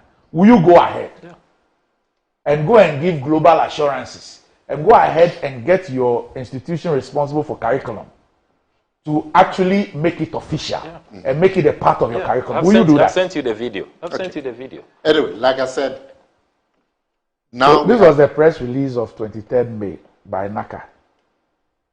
This is the book. This is the one that I said we discuss here. Yeah, I think this was on history. Okay, this was a history one. Not this one.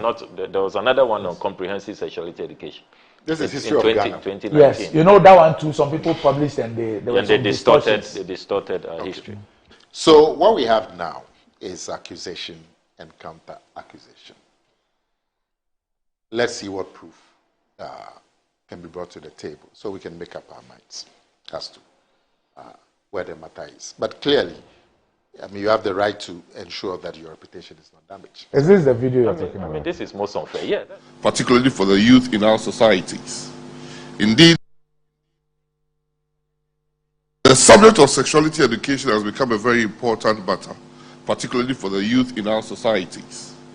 Indeed, the changing societal context, characterized by the free flow of information, media pluralism, and the social media, has necessitated the need for education systems to provide accurate information on sexuality education.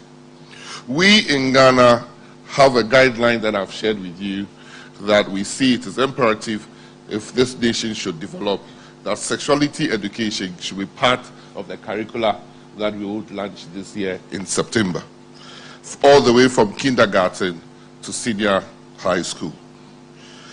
Let me congratulate UNESCO and partners for the timely nature of this high-level dialogue among ministers of the four regions, Eastern, Southern Africa, Western, and Central Africa, to shape the discourse and the implementation of comprehensive sexuality education in Africa. Ghana has long recognized sexual and reproductive health education as a conduit for addressing issues affecting the youth in this area, originally provided by elders and other traditional leaders in community. Aspects of reproductive health education were introduced in the school system with the advent of formal education. The subject of curriculum as said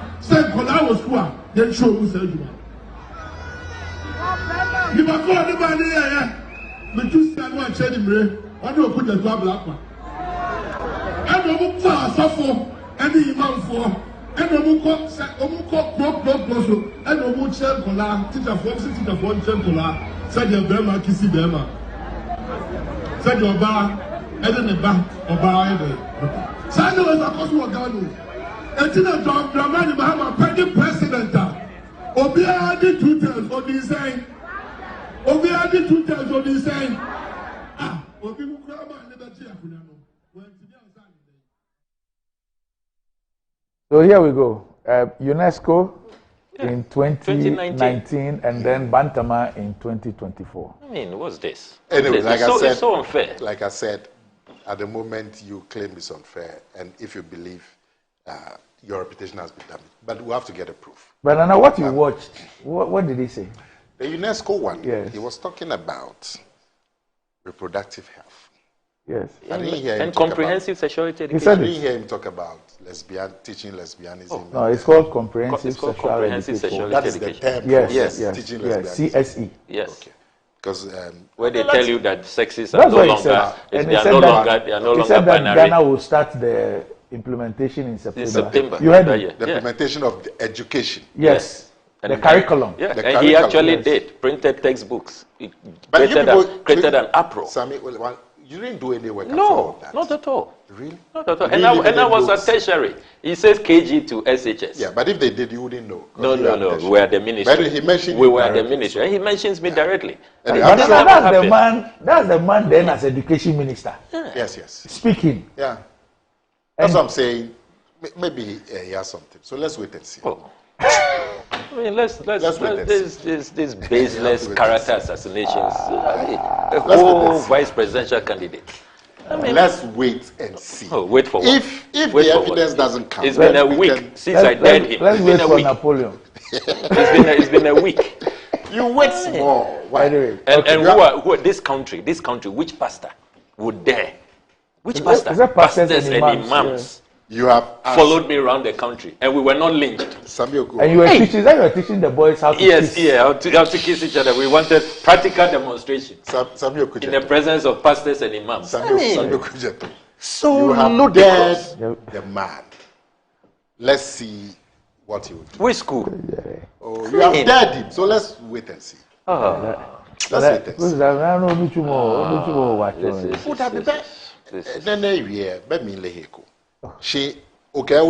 So let's wait and see if you bring the evidence or not.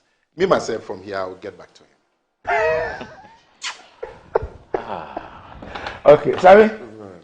So you are here and you are so worried about allegations against you and all that. Yeah. Now, you came here. Yes. With fake documents. And I, isn't that too harsh? As irresponsible. No, but isn't that too harsh? As irresponsible as I am. Oh, that's what your communicators are saying. And as unprofessional as I am. That's what your communicators allowed you to put out this information in the public domain. Are you in his head? We'll take a break when we return. Yeah. I can't wait to deal with that matter. I will have to redeem myself. Definitely. Your reputation. We'll be back shortly.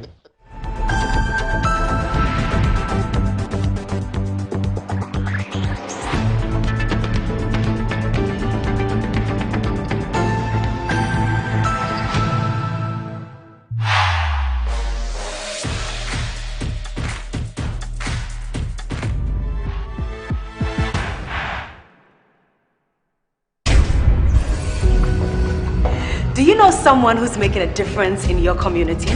Someone whose selfless actions and dedication to helping others deserves recognition?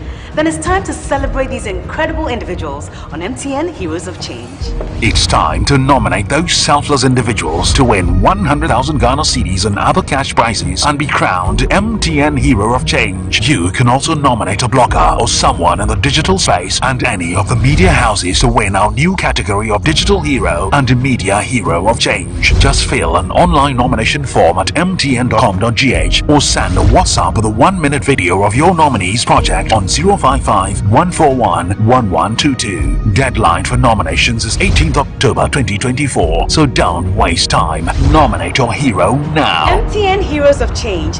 Be the change you wish to see. Over 5 million children have benefited from free SHS. Protect free SHS. Vote Dr. Baumia #1 on the ballot. Experience the enhanced protection of Star Motor Third Party Extra from Star Assurance, an enhanced motor third party insurance policy that provides cover for loss or damage to your vehicle's windscreens, side mirrors, back glass, and other glass components. Whether it's a crack or major damage, you can drive with the assurance that your vehicle is well protected. Our commitment to you includes affordable coverage options and a claims process that is both fast and straightforward, so you spend less time dealing with paperwork and more time on the road. Also, we have proudly partnered with Hope for Little Lives, an organization dedicated to supporting children in need. By choosing Star Motor Third Party Extra, you're protecting your vehicle and making a positive impact. Every policy you buy helps bring joy and support to children in underserved communities. Reach out to us now on our toll-free numbers 0800 177 177 or 0302 245 906 to sign up. Let us help you drive with peace of mind and purpose. Star Motor Third Party Extra. Drive with confidence, give back with heart. Star Assurance, your solid partner. Using Koa Mixture, Koa Plus Mixture, and Koa MT Mixture, brought to you by Koa Research and Manufacturing Limited Company, proudly made in Ghana. Formulated to support your general well-being. For those seeking immune system support, there is Koa Plus Mixture. Support your body's defenses and stay strong. When it comes to combating malaria, Koa MT Mixture will aid your treatments. For effective relief from malaria symptoms, try Koa MT Mixture. Koa Mixture, Koa Plus Mixture, and Koa MT Mixture are not recommended for pregnant women, lactating mothers, and children under 12 years. Always take a malaria test before using Koa MT Mixture. Choose Koa Mixture, Koa Plus Mixture, and Koa MT Mixture for your health needs. Available now at pharmacies nationwide. For bulk purchases, contact 0244 726611 or 0591 565 778. This advert is Choose the perfect prize every week and stand to win your choice of exciting prizes. All to get more of what matters to you. Exclusive to Betway. Betway, get way more. Terms and conditions apply. Regulated by the Gaming Commission of Ghana. No under 18. Over 5 million children have benefited from free SHS. Protect free SHS. Vote Dr. Baumia, #1 on the ballot. Apomode hunsem yemfen diagro enunti nese wonom edepapa nko a Exodus moringa capsules ene Exodus dandelion capsules efi Exodus ebusuanum na beboa wapomode emu bia wo benya no betimi aboa nanso se wonya to no a wo betimi andom abom na beboa papa se wonom Exodus moringa capsules ne Exodus dandelion capsules eboa mamojadi efusani bio na fe ebusi wo immune system no na kwatia yarewa ahodo minimi ye se nipa dodo na nim dia moringa etimi ye na dandelion so ye nim enunti menkasa bedru enye ma pemfo ana abatan a oma enifo ana abofra onya emfidu Exodus ehua dansi die dos.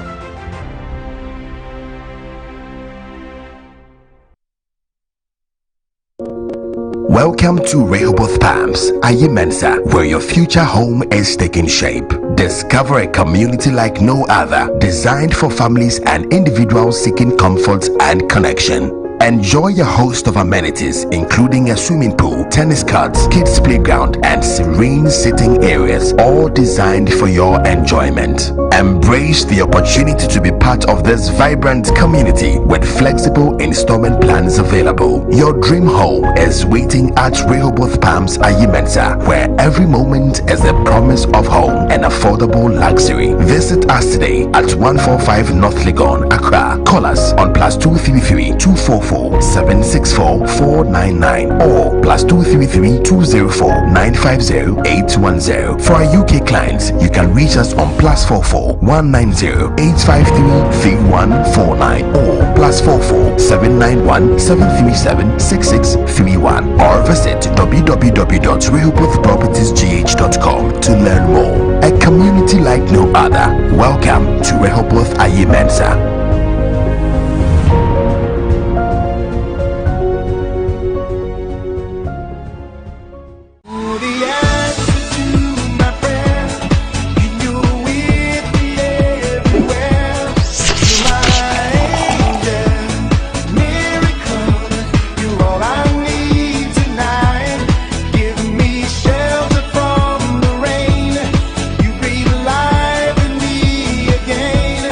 You're my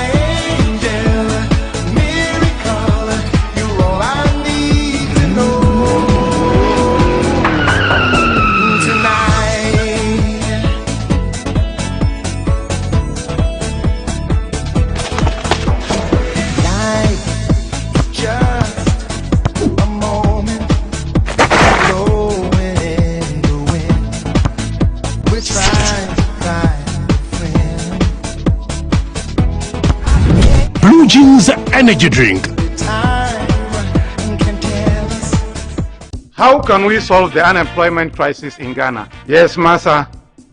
By using formula 133. Can you expatiate? Say, this simply means 1 job, 3 shifts, 3 people. That is the Mahama 24-hour economy policy.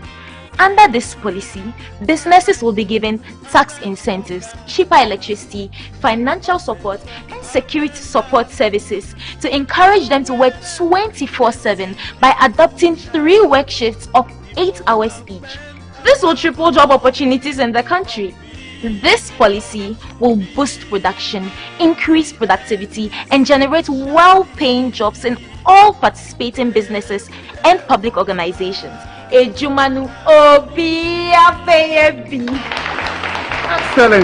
The 24-hour policy will be a game changer. Vote for change. Vote for John Mahama and the NDC.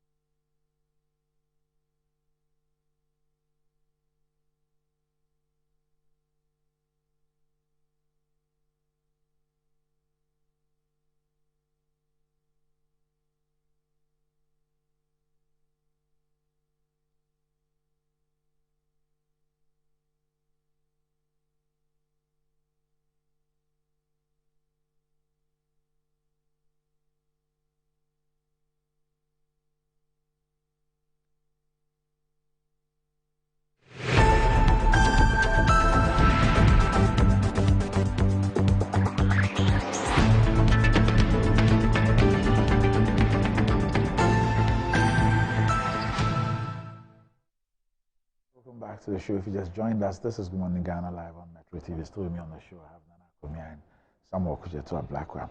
Now, with Betway, you're guaranteed to get more chances to play. Betway's Pick Your Prize lets you choose your preferred promotions to make the perfect sports bet every week, from payout boost to cashback. Plus, you also stand a chance to choose your own prize, from vouchers to electronics and the grand prize of an airline ticket. Visit betway.com.gh to find out more. Terms and conditions apply. This is regulated by the Gaming Commission of Ghana. Bet the responsible way. Betway, get way more. And enjoying the fruits of your labor is as important as enjoying the mansions of your labor. The pains of climbing the stairs when not exercising could be challenging irrespective of your age, but worry no more. Lift and elevators have got you covered with the best portable American pneumatic vacuum elevators on the market today. It's a simple self-supported elevator for both homes and offices, and guess what? It can lift your goods too. Wheelchairs can fit in. And they come in 3 custom-made models. It's affordable and can be installed within 3 days. Visit Lift and Elevators at Sakumono, or just call them on 0200-535-515 or send a mail to elevatorsgh@gmail.com for consultations and the best solutions in easy vertical movement. All right. Well, yesterday... One second. Yes, Sami Okujeto brought up a matter of concern to him about the allegation that has been made against him. Right. And we've looked at it. I also have some concern. Okay. Sami, in the light of all these difficulties that the country is having over Galamsey, your people are saying that they are going to go and campaign on promoting Galamsey. There's the really? national organizer, or what's his name? Who is that? Duboahini. Is it the Duboahini? Let me forward the video to. Are you referring to Kweku Buahi? Kweku Buahi. That was in the 2020 election. Yes. Now, 2 days or 3 days ago, he was saying on the UTV that he's going to repeat. He's been asked to go to the mining areas and sell the same message, because that message won the NDC or the mining. Well, who Brian said that? Same, yeah. Now I'm forwarding the video. And asked by who? So he said he's been asked by the party to go and repeat, and he's going to proceed soon. I've sent Annie the video. Mm. In the light of the difficulties the whole nation is having with Galamsey, this is what he says your party is going to do. This is what he says your party is going to do. I've sent it to Annie. All our party communicators, including those who have official permission to appear on shows and to speak on this Galamsey matter, have spoken clearly, eloquently, and unambiguously about our position. We have all heard our flag bearer. When he met the clergy recently, he reiterated the position. Our position is clear. Galamsey is illegal. It cannot be allowed to continue. We have said that if we were in power, the total devastation, the unspeakable degradation that the Bawumia Akufo-Addo-led government has caused to our environment, to livelihoods, to the extent that cancer is on the increase, kidney disease is on the rise, liver disease is on the rise, babies are being born with deformities, we would not have allowed it. And indeed, some of us have been at the forefront in exposing the complicity and the fact that even the issuance of new licenses has to stop. I have said that very, very, very clearly. Have you seen the video? Nana, I'm told that I have not seen that video but is also a 2020 interview after the initial video came out, that he granted an interview and said that. What he said. But let Annie play it. Is that when was that? When was that? Last week or so. Because he said that the NPP lost in all the Galamsey areas due to the work he did. And that he's been asked to go and repeat the same work. Asked by who? So it's not 4 years ago. Why is Andy not playing it? Let Andy play it so you see.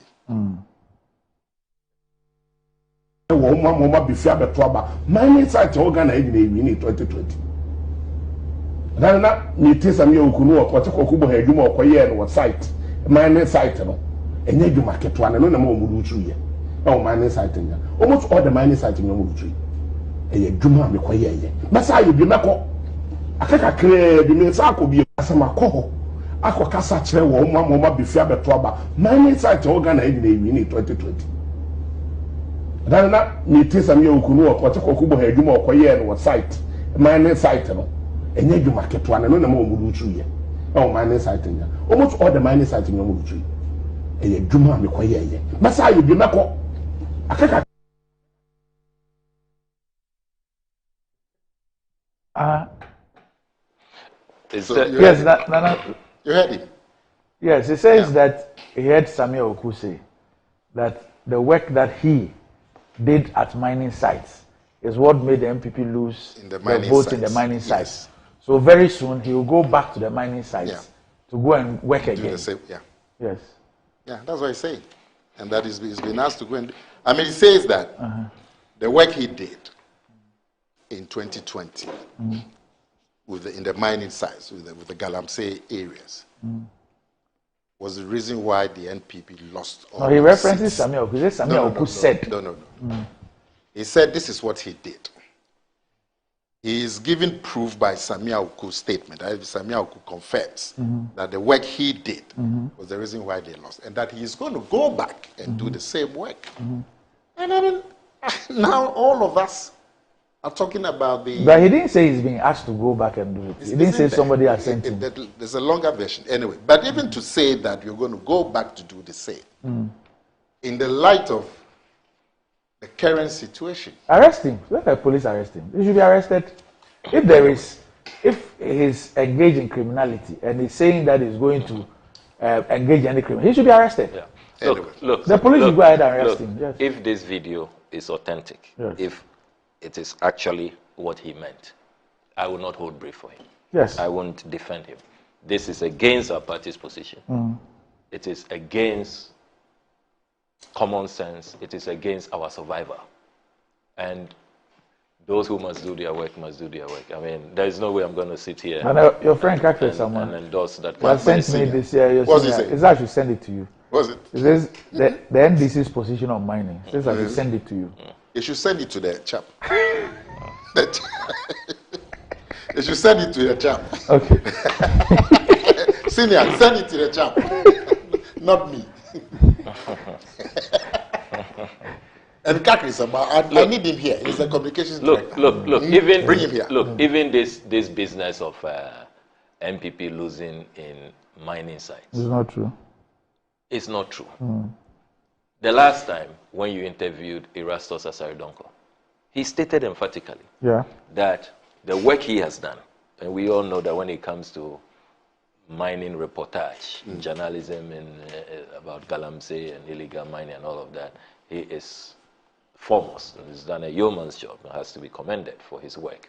He said that the reason why the MPP did not do well in those mining communities is because the people say that you came to sack them, seize the excavators, only for them to see that your preferred illegal miners have replaced them and using their excavators. We all know that over 300 excavators got missing, still not been located. Only under the Akufo-Addo government can excavators just go missing. Look at the size of an excavator. It remains one of the mysteries of this regime. They got missing. So maybe that's why the president should be bent on sides. So Erastus Asaridonko is saying that the mining communities, when you go there, you talk to them. And I've seen the reportage, I've heard a lot of them speaking. They say that it is the duplicity that's what got them angry. They will have understood if you said you're being fair, everybody stay away, no mining going on. But for them to see that you have now allowed your party apparatchiks to go do what you stopped them from doing, that is what annoyed them. Because look, you have been seeing the work we are doing at the Assurances Committee. 12 river bodies, we took samples across the country. Sammy, we're coming to that. And if it is the case that you won the war, you were genuine about the fight, you meant it, our river bodies would not be as it is. All right. But you would once again, you would agree. You said this is what one journalist reported. Yeah. But here you have your own national executive also saying a different thing. So as for the reasons why we lost those seats, we should... But the data doesn't even support the issue of losing. It doesn't support it. Well, you can go by the data. But as to speculation, your own national executive is on TV 2 seconds ago saying that it's because of the work he did. Former national executive. Oh, he's no more? Former. He's a former. So what is he now? Just part of your communication team. He's part of your communication team.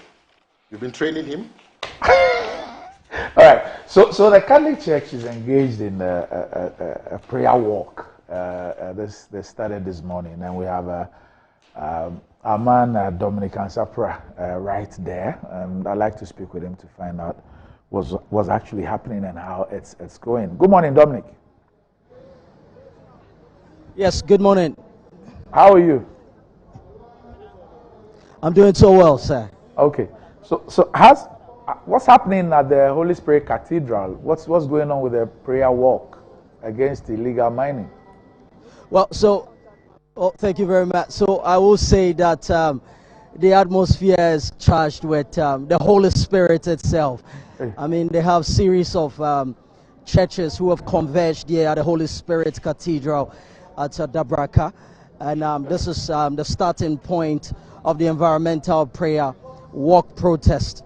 But they would like to consult God in prayer, before they move to the end point of the protest. That is the Christ the King Church opposite the Jubilee House.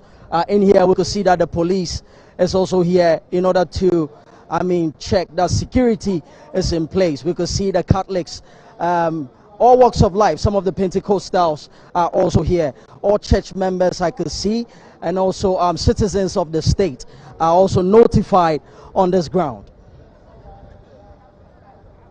When will the walk start? Well, so the walk is starting in about 10 minutes time. The Catholic fraternity would like to, soak themselves in the spirit before they start in 15 to 20 minutes time. Does it mean that they're having mass as we speak? There's mass ongoing?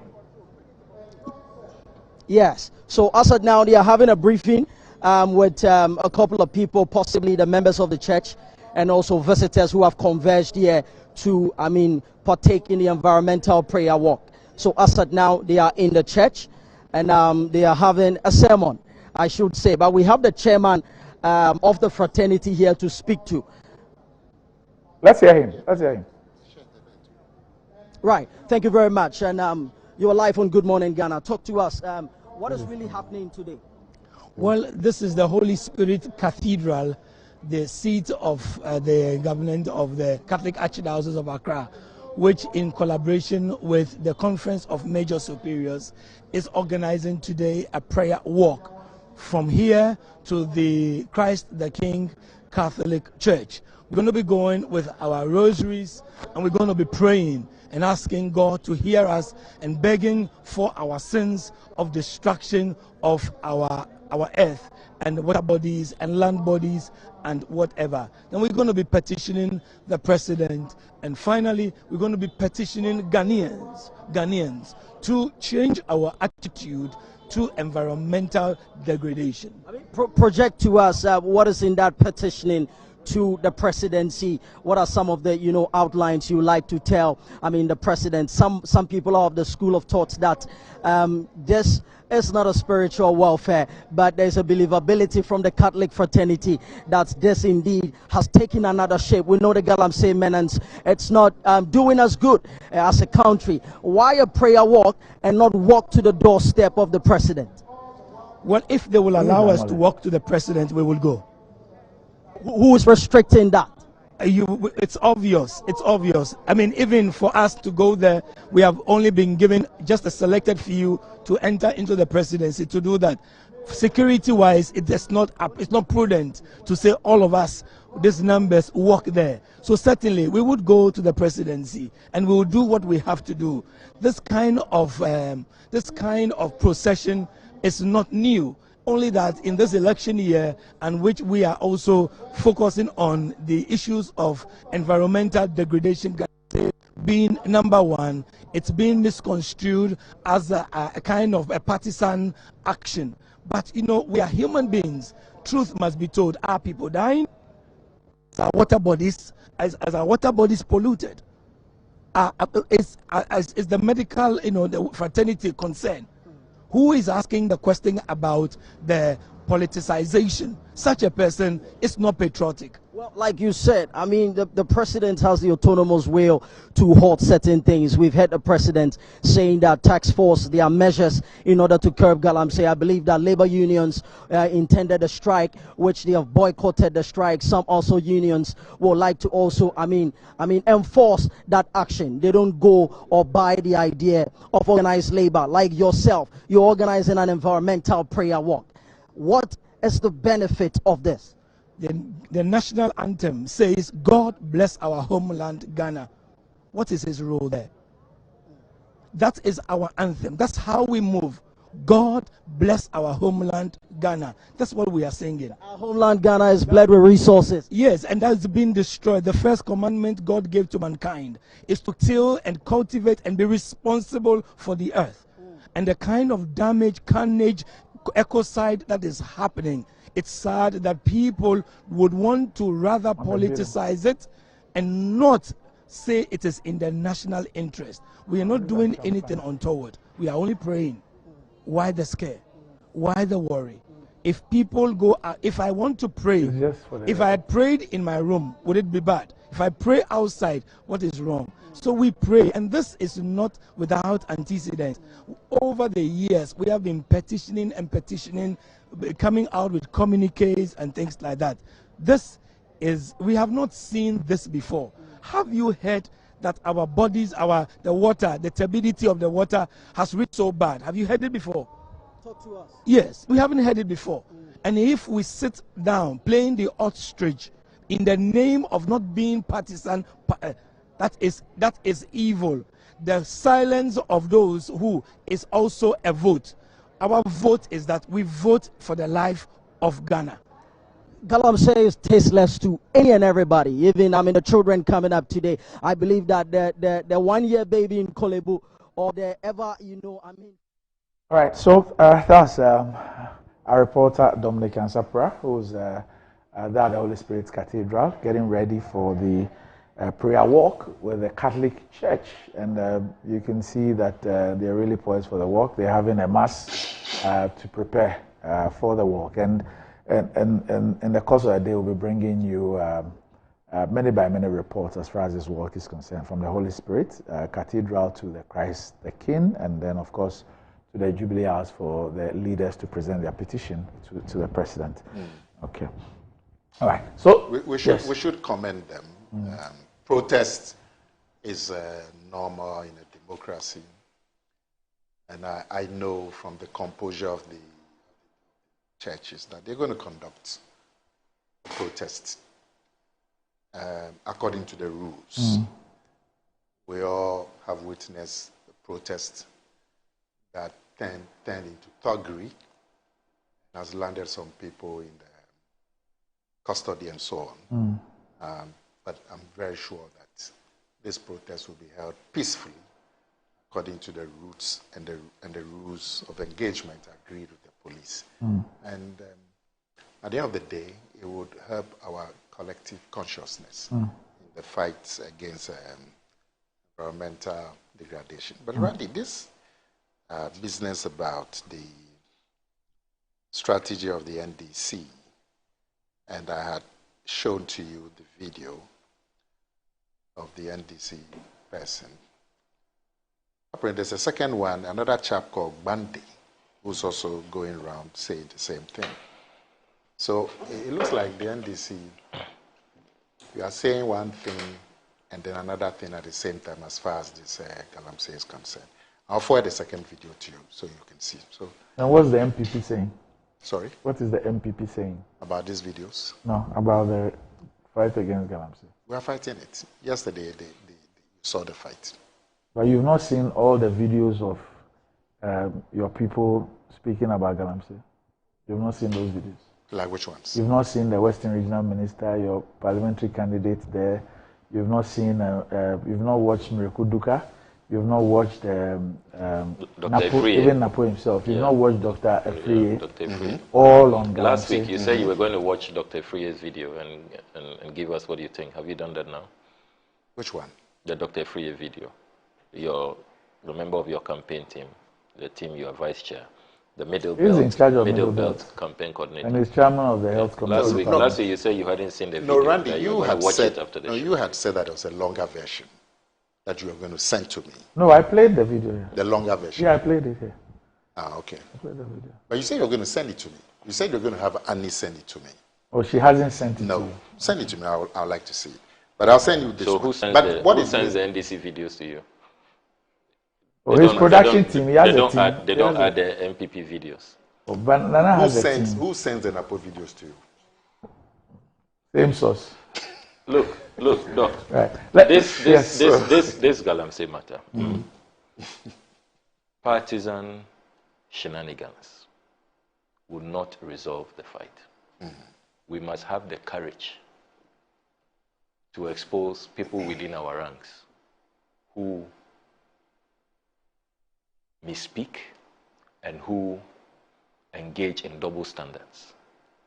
If we are really committed to resolving this crisis, then our conduct when the cameras are on must be the same conduct when the cameras are off, when we are in the field campaigning. And anybody who is caught engaging in duplicity, in hypocritical conduct, must be exposed. So this is not one of those fights. We're talking about an existential threat that we should reduce. But my point is to the usual. Sammy, my issue really is that we say that there are hundreds of people who are facing trial, who are being prosecuted for this. Now, what is the point in pointing out people who we believe are engaged in criminal conduct and we won't arrest them? Yeah. And I've said that in this country, the minority leader in parliament was standing trial for years. Yes. For years. Yes. Over an LC. Yeah. A member of parliament is standing trial for years. Yeah. So, if you believe that somebody is engaged in criminal conduct, just go ahead and arrest the person and prosecute the person. Exactly. And let's be serious about who should arrest? The police. The same people who arrested the Democracy Hub demonstrators. I am the one who brought this up today. Nana, this. No, I'm saying I'm the one who brought it up today. Yeah, but this. I haven't said. No, Nana, these things, these tapes and these ones, they are not new.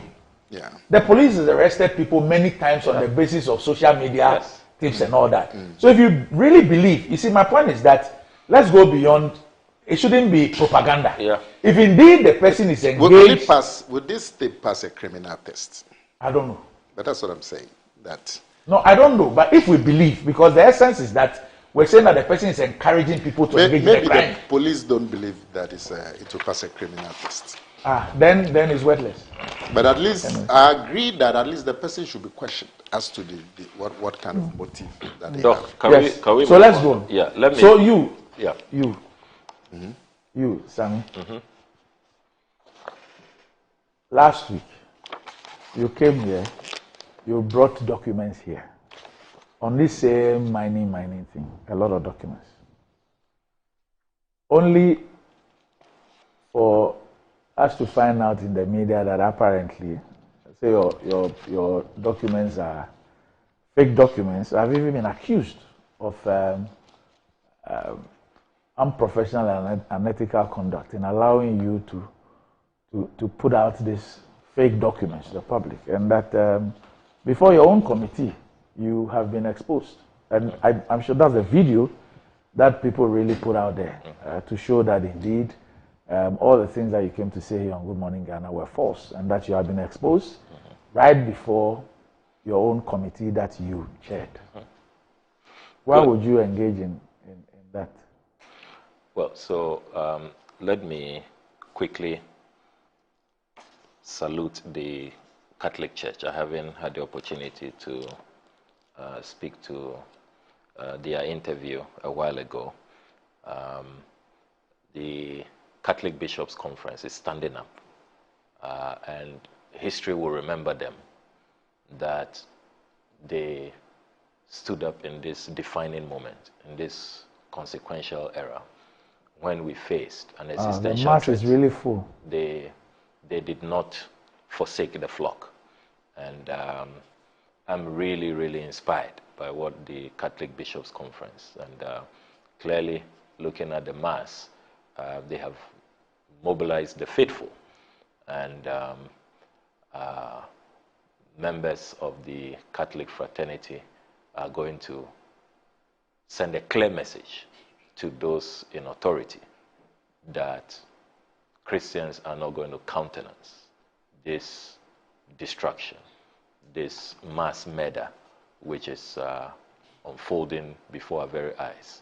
And you are having people in authority just looking on. A president puts his presidency on the line, and years down the lane, it turns out to have been a scam, a grand deception. There was no commitment to this fight.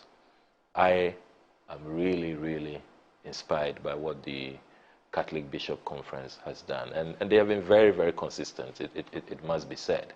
I recall that even in the heady days of military rule, the role that the Catholic Standard newspaper played, they were really, fearless. They were vociferous, in pointing out the excesses and the ills in society. So the Catholic Bishops' Conference is being consistent, and they will be remembered kindly. Posterity and history will judge them kindly. I hope that other organizations are learning. Unfortunately, organized labor appears to have become disorganized on this matter. We are getting splinter groups and differing opinions, and you don't see consistency and clarity on the position of organized labor. I do hope that the example, the very shining,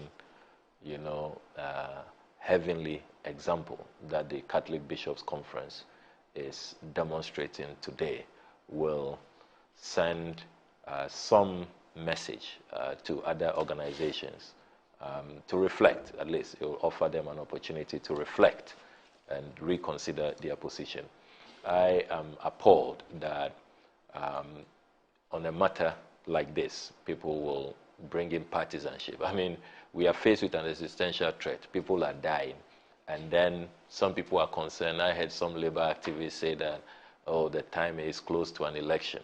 This may favor a political party. I mean, so is there any time that we can relegate politics to the background, that we can band together, that we can form a common purpose that puts the country first, that puts life ahead of other secondary and really sectarian interests? So I have been really disappointed that some people will say that the only reason why they do not want to protest and they do not want to compel authorities who have been given all the resources. You have all the military might. You have all the resources, the money. If you look at the allocations that Parliament has made to all of these institutions to fight Galamsey, they have absolutely no excuse. And if you think that people in the opposition or elsewhere are standing in your way, you arrest them and deal with them, as you have done to, innocent protesters who really should not have been arrested. The high-handedness that we have seen, the unconstitutional raids that we have seen, if they had exhibited that on the Galamsey sites, we will not be where we are. So we celebrate the Catholic Bishops' Conference this morning. Our lords are showing the way, and we commend them highly. Now let me come to. Let me come. 1 second. You haven't been fair. To who?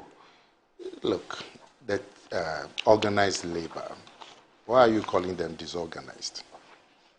They issued a statement, all of them, the TUC, the CLOCSAC, the Federation of Labor, and all of them said this is the course of action that they are going to take. It is not fair to describe them as disorganized. No, so I'm saying that it now appears that they have become disorganized. I've heard UTAG saying, as for them, they are going ahead.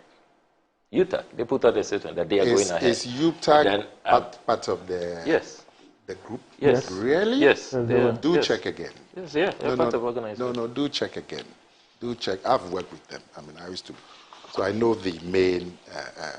No, but in this process, they were part of the meeting. They were working together. Even the meeting to announce the latest decision. UTAG were there. Yeah, they were there. And they took votes on the various university campuses. And the statement that came out of the meeting, was UTAG part of it? No. So that is how come UTAG then issued a statement the next day. In fact, even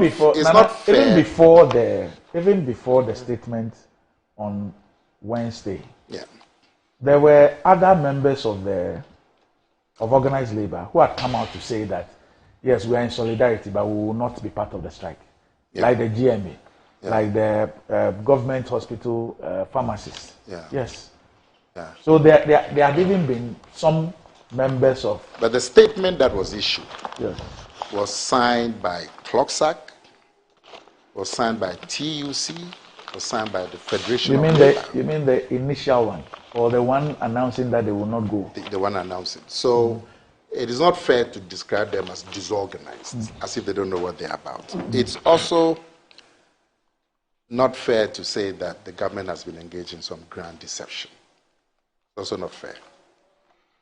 I mean, just yesterday, Randy, action is being taken. Action has started. The army has been deployed.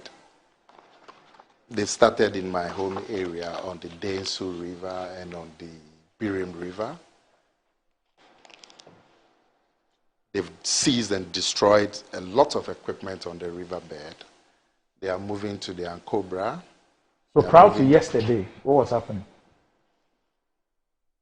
Prior to yesterday, all of us became aware of the escalation of the Galamsey menace, especially when Ghana Water issued a statement that it was affecting water supply. And since then, there have been a series of protests and all of that. Government has taken action. No, I'm talking about the military. Prior to yesterday, what were they doing? The military? Yes. I can't speak for them. I can only see what they are doing. And I'm saying that. You know why I asked that? You know, the issue of the deception. Yesterday, I raised the issue with the statement. If you read government statement, it says deployment of additional military personnel. So when I saw it, I asked the question, where is the initial military deployment? And what has that initial military deployment been doing? Because we were told by the Western region people that all those things have stopped. They have stopped all of them. But if you read this statement, it creates the impression that there is a military deployment already working, and they are only adding up to them. But prior to yesterday, we didn't have evidence of any military deployment doing anything. You would agree yes, that yesterday's action yes, was not deception. No. So when you describe it this morning, yes, in the light of yesterday's action, that is a deception. You are not being fair. And you see, now the deception is that there was no military action ongoing at all. So if you say that I am deploying military personnel, fine. But if you say deployment of additional military personnel, it stands to reason that there is already military operation going on. So the deception is what? The president put his presidency on the line, said he will stop Galamsey. Okay. So, Randy, and things got worse after that. Let me take your mind back. Can I? You just made a little interjection. Let me take your mind. I'm just straightening you up. Let me take your mind back a little. Look, in 2016, yes, CTFM, 2nd September 2016. Say residents living in Obuasi municipality and the neighboring towns risk losing access to potable water due to Galamsey. Doc, can he do these things also, when he gets his time? Just hold on a minute. Just hold on. It's my time. It was my time. We are setting the record straight. Which record? You are only here engaged in equalization. It's important for you have failed. Our river bodies are totally destroyed. Our forests are destroyed. But I'm people are telling dying, you, and you I'm have showing time you for equalization. that in September 2016, you don't gauge the mood of the country. The river bodies. The mood of, that's why we responded yesterday. The river bodies were being destroyed in September 2016, according to this report. Let me read you another one. 22nd September 2016, the Ghana Association of Small-Scale Miners is blaming government and its allied institutions for the rise in illegal mining. Then Bernard Avle, on 6 September, CTFM, put up this reaction. One of these days, we will wake up to realize there's no water to drink. Then it will dawn on us how irresponsible we've been with this Galamsey thing. You know? So I'm just saying to you that if you are going to blame one government for, what is it? What is the word you use? Grand deception. You are not being fair. Okay. In fact, your own Minister for Environment in 2016, Mahama Yarika, admitted that the fight against Galamsey has failed. Your own minister. Okay. So let's not, it's something all of us are worried about. We are all urging governments to do more. When you come here and say it's a grand deception, okay. You're not being fair. Right. Can I have my time now? The river bodies are there. Whether your propaganda aligns with the state of our river somebody bodies is doing propaganda. And you are doing what? It's up to you. And what is he doing? So you are doing propaganda. We are checking you. Then you are upset. You're checking yourself and exposing yourself. So let's come to the matter of licenses. Let me begin by stating emphatically that at no time have I peddled falsehood. Those out there saying that I brought fake documents to Metro TV's highly respected platform, Good Morning Ghana, know that they are being totally dishonest and disingenuous. I have copies of the documents that I downloaded from the Minerals Commission's own website. I have copies here. The 56 licenses between 2009 and 2016. They are here. And you remember this is what you showed us last week. Yes, and you remember that I made you go through them. I made copies available to you. I also have what I downloaded for the current era, the Akufo-Addo-Bawumia era, the 1,503 small-scale licenses. Let's understand something. So the Minerals Commission has a website. Yes. And that website has... it's called it's called the Ghana Mining Repository. Yes. And the website is ghana.revenuedev.org. Viewers can go there now. Yes. Ghana.revenue, then DEV. So revenue development, revenue. So the mineral DEV.org. So the mineral repository. Yeah. Is a site which is managed by the Minerals Commission. By the Minerals Commission. The data there is put there by the Minerals Commission. By the Minerals Commission. And when you go there, you will see this. What does it say? It gives you the state of licenses. So you would see the licenses that, they have issued. So it allows you to filter by license code. So the license code is there. Then the company entry is there. Then you also see the type of mining lease. It's also there. There's a whole column for that.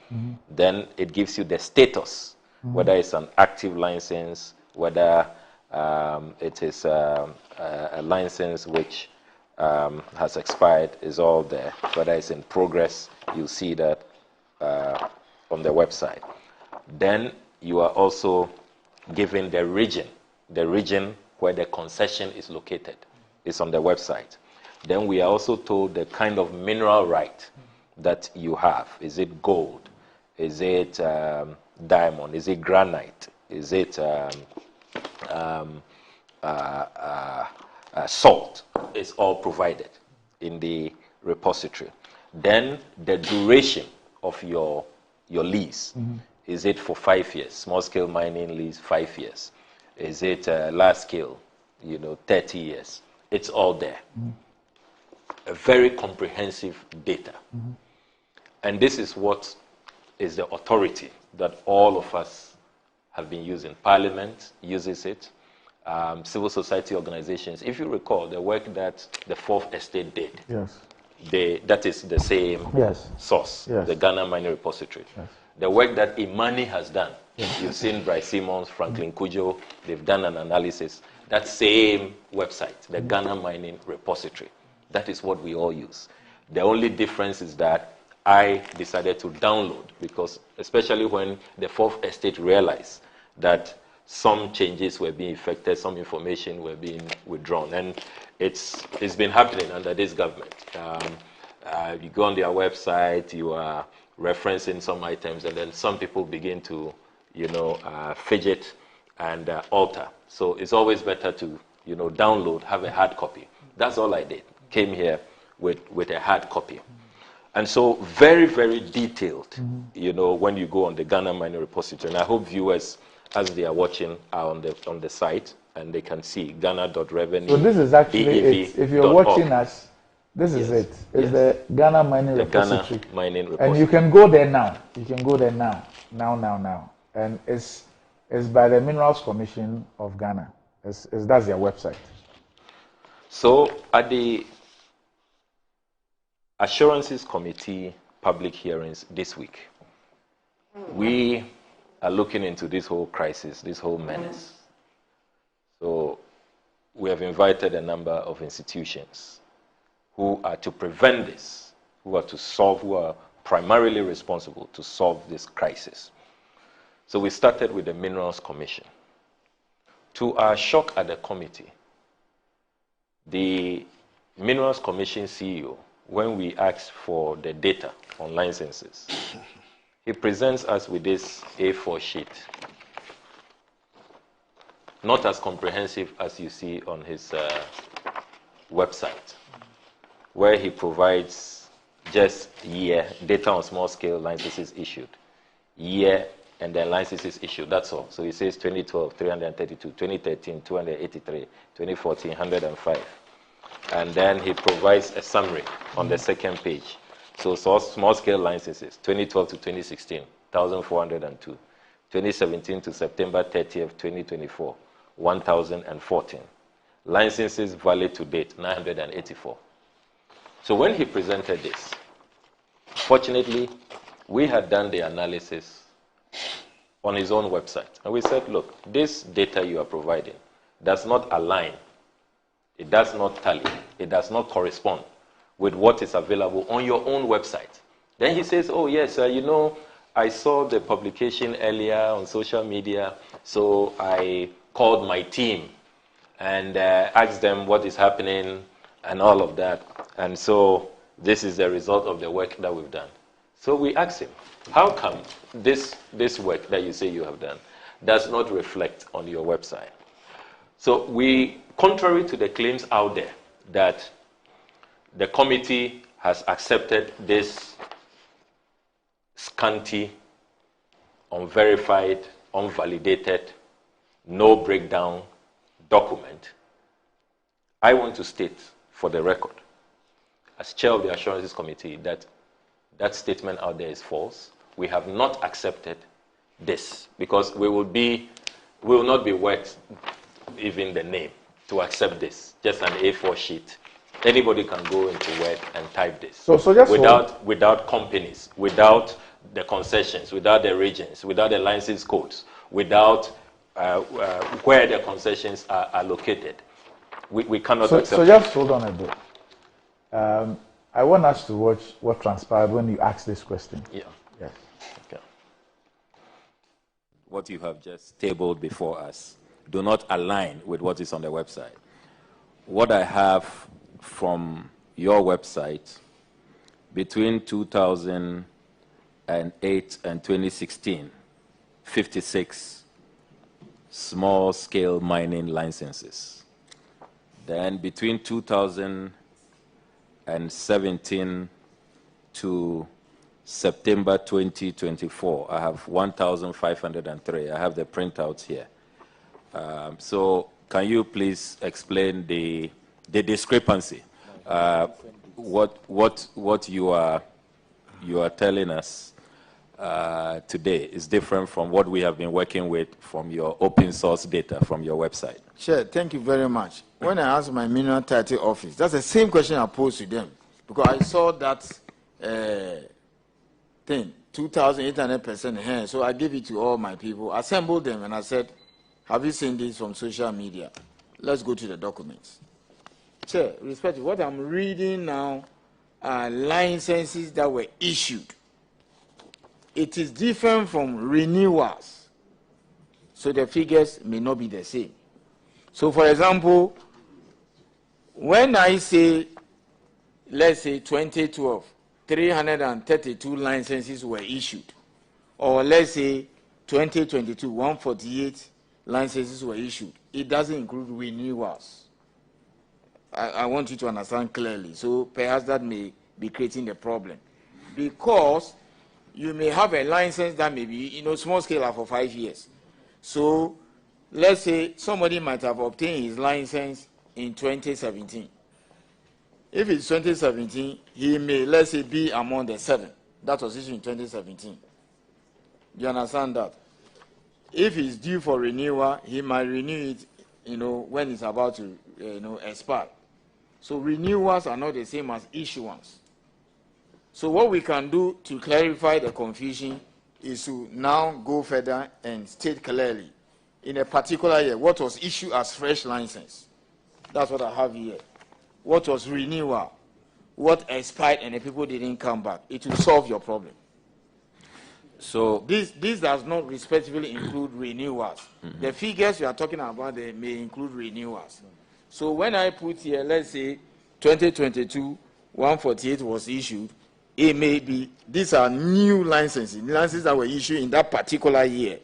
If you add renewals that were renewed in that particular year, the figure may be higher than that.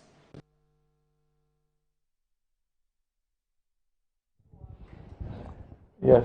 Republic of Ghana. I mean, shocking. Shocking. So let me announce this morning. So what happened there? What was the conclusion? So we asked him to go back and bring us a more comprehensive data. We can't accept this one-pager. What exactly are you asking? And so I have a copy of the letter the clerk has written to the CEO of the Minerals Commission, dated 9th October 2024.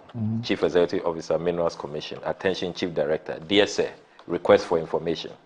Further to your appearance before the Assurances Committee in Parliament on Monday, 7th October 2024, I act on the authority of the committee to request for the provision of the underlisted information as agreed during the proceedings. 1. Reconciliation of inconsistent data on mining licenses as contained in your one-page summary, compared with comprehensive data originally published on the Ghana Mining Repository website. 2. A detailed breakdown of the reconciled data on licenses. This should include a list of all companies, where their concessions are located, and if their licenses are active, just as was originally available on your Ghana Mining Repository website. 3. Data on licenses issued which have not been ratified by Parliament. 4. List of new licenses issued and renewals. Because you know that this ratification, the Supreme Court has held that if these licenses are not ratified by Parliament, they are also doing galamsey. It is all illegal. And when we asked him, he said he doesn't have, he has to go and check, he doesn't have the data. A lot of these licenses they are issuing, no parliamentary ratification. So we have asked for the data. So 4 lists of new licenses issued and renewals. 5 lists of categories of mineral rights granted by the Commission. 6 the number of licenses, if any, granted under LI 2462 with the approval of the President. 7 provide data to demonstrate the evidence of adequate mining inspectors engaged. 8 report on Kandema and Fumbisi resettlement. 9 detailed data on revoked licenses and circumstances for the revocation. 10 data on companies with valid mining licenses. 11 list of MMDCs who have been granted mining concessions, aside those mentioned in the course of the proceedings. So in the course of the proceedings, what I revealed here, we discussed it. The Impoho, DCE, and the Wasa Menfi is MCE. He said he didn't know that by the head of the governance cluster, Madam Gifty Jage Goba. So this letter has been delivered. So there's a lot of hogwash out there. Some one-pager. I mean, please, Parliament is a house of records. It's not a place where you just, hurriedly type something on Word and throw it to us and think that we'll accept it. But you see, Doc, even with this data that he has provided, viewers can do just a quick analysis on the Ghana Mining Repository. He says in 2021, this government, the Minerals Commission, remember that the Minerals Commission only recommends, and then the Lands Minister signs under the law. It's the Minister for Lands and Natural Resources who gives the final approval. So the Minerals Commission only recommends. He says that 2021, they issued only 11 small-scale mining licenses. When you go on the repository, I have sat down, taking my time to do the work, and I have the printouts here. It's 40, not 11 as he sought to tell 40 small scale or 40 of everything? 40 small scale, only small scale licenses. It's 40. Could it be that the 29 were renewals? No. Renewals, when you click further, and you see, I had even commended him at the proceedings that if you look at public institutions in Ghana, the Ghana Mining Repository is probably the most comprehensive. For those who are watching, when you click further, you will see. If you go to the Mining Repository, this is what it gives you. Yeah. So you will see the name of the company. Yeah. Then you will see the license type. Yeah. Then you will see the district, STEAM, everything. Then you see start date. Start date. And you see expiry date. Yes. And then you see application date. Yes. You also have transfer date. If it's somebody who is transferring, then there's renewal date. There's renewal date. So if it's a renewal, we will know. The date, the website provides that. So it cannot be accurate that when you go to the website, you won't be able to distinguish between renewal. No, it's not accurate. You can know. It's all there when you mine further. You see that in the data. So 2021, whereas he claims 11, it is 40. 2023, his infamous one-pager A4 sheet says 38. It's 134. Go on the mining repository. It's 134, not 38. 2024, this year, he says 93. I don't know when the cutoff is for him. He doesn't indicate. It's 118, 118. Asset today. I refreshed this data yesterday. So maybe from the day he appeared before you went today. On Monday. Yes. Even before then, we had gone past one. Actually, if you go on the Ghana Mining Repository, the last set of mining licenses they issued was 3rd October. The day the president was meeting organized labor. 3rd October. Which is prior to when he appeared before. Yes, prior to when he appeared. You know. So it doesn't add up. The dishonesty is just shocking. And you see, the thing we have forgotten, when I first put out this data here on your show, the next day, MPP communicators widely circulated an article that they said the Deputy Minister Special Assistant, Mreku Duka. I have a copy of that article here. One engineer, Gomashi, who said that, I have rather, this is the article, that I have rather scored an own goal that mining experts say that to stop illegal mining, bring everybody into the legal bracket. So they have liberalized the licensing regime. And he provides, statistics. He says that significantly the Akufo-Addo administration has improved upon the licensing procedures by 27 times, significantly opened the legal business of small-scale mining by 27 times, leveraged the production of small-scale by 27 times to feed a lot of downstream industries, initiated the community mining schemes, which is impacting the changing of lives and taking people away from illegalities, develop a minerals cadastral administration system, taking steps to protect the environment. We thank Honorable Kujeto Ablakwa. He has shown that the MPP has regularized the space very well. And all of them were circulating and saying that we have been exposed. Suddenly, when they saw that that hasn't worked, because people are asking commonsensical questions. If it is the case that issuing a lot more licenses will liberalize the space and will stop the illegalities, will sanitize the environment, make sure our river bodies are clean, and all of this, degradation will stop. Why is it that we are seeing the contrary? We are seeing the reverse. So, seeing that propaganda has collapsed, they have to now come up with these figures that nobody knows the source. And you saw and I respect the CEO of the Minerals Commission very, very, very, very much. I mean, he says he's been in the commission for about 22 years.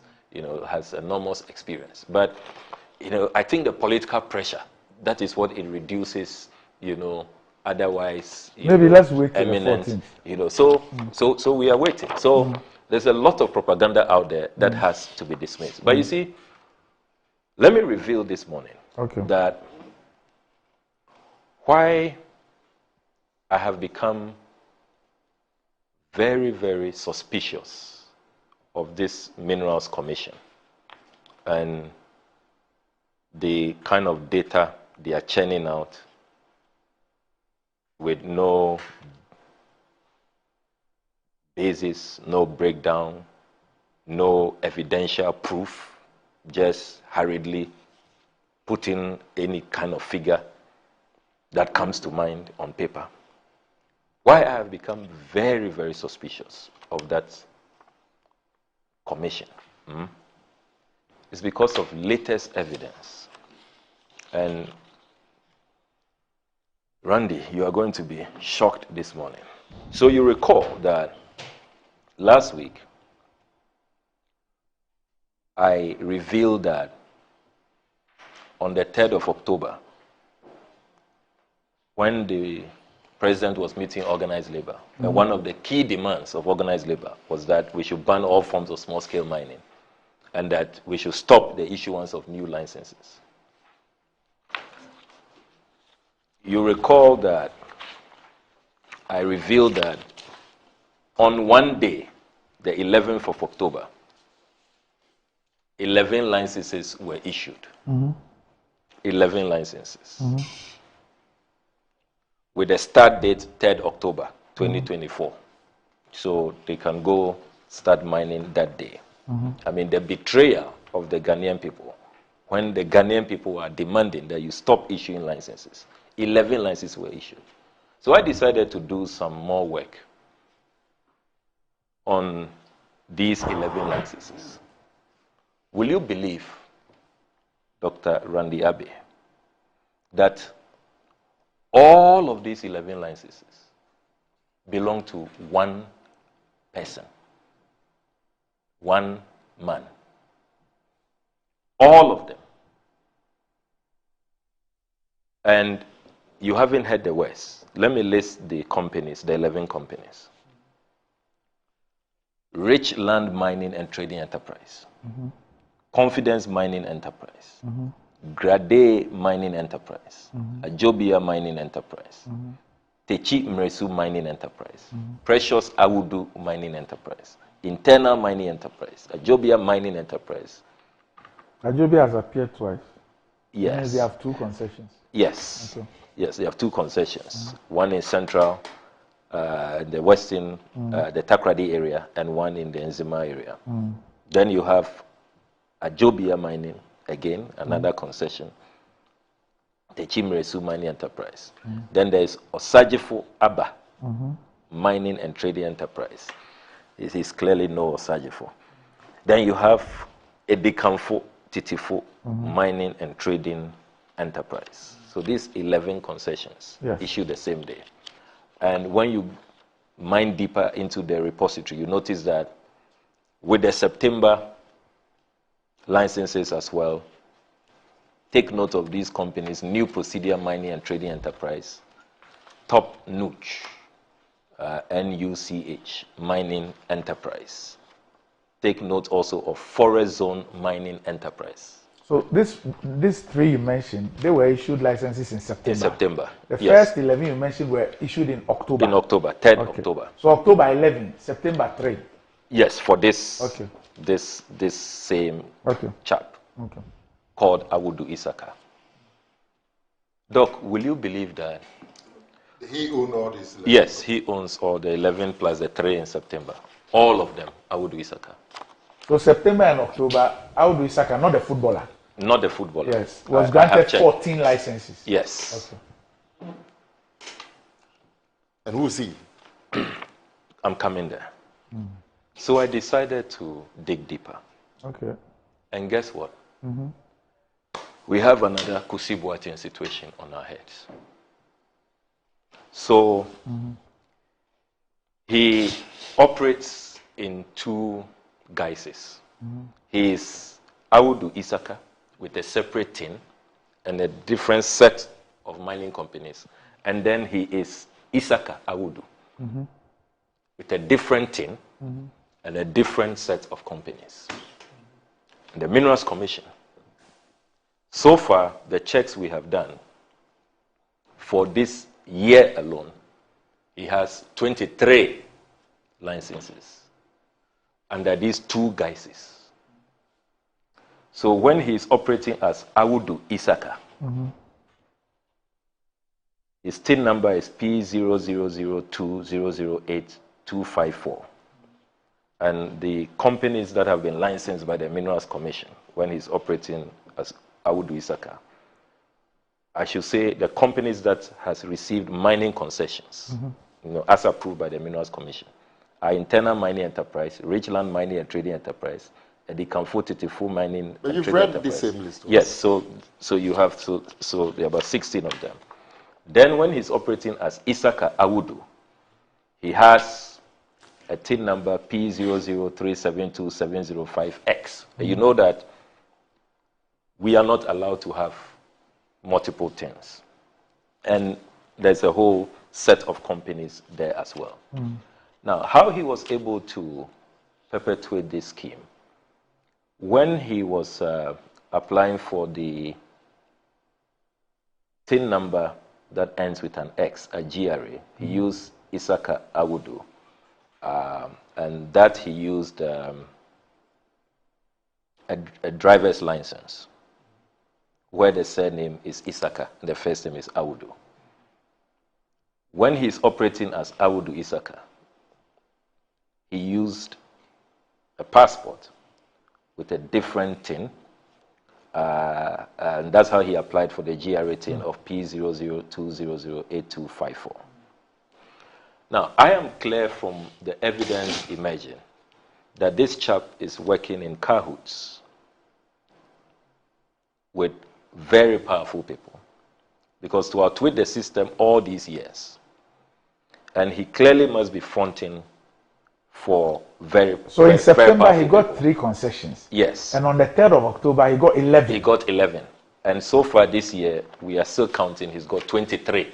23 concessions. 23 concessions. 2024. Yes. And you say he's fronting for who? Awudu Isaka. You say he's fronting for somebody.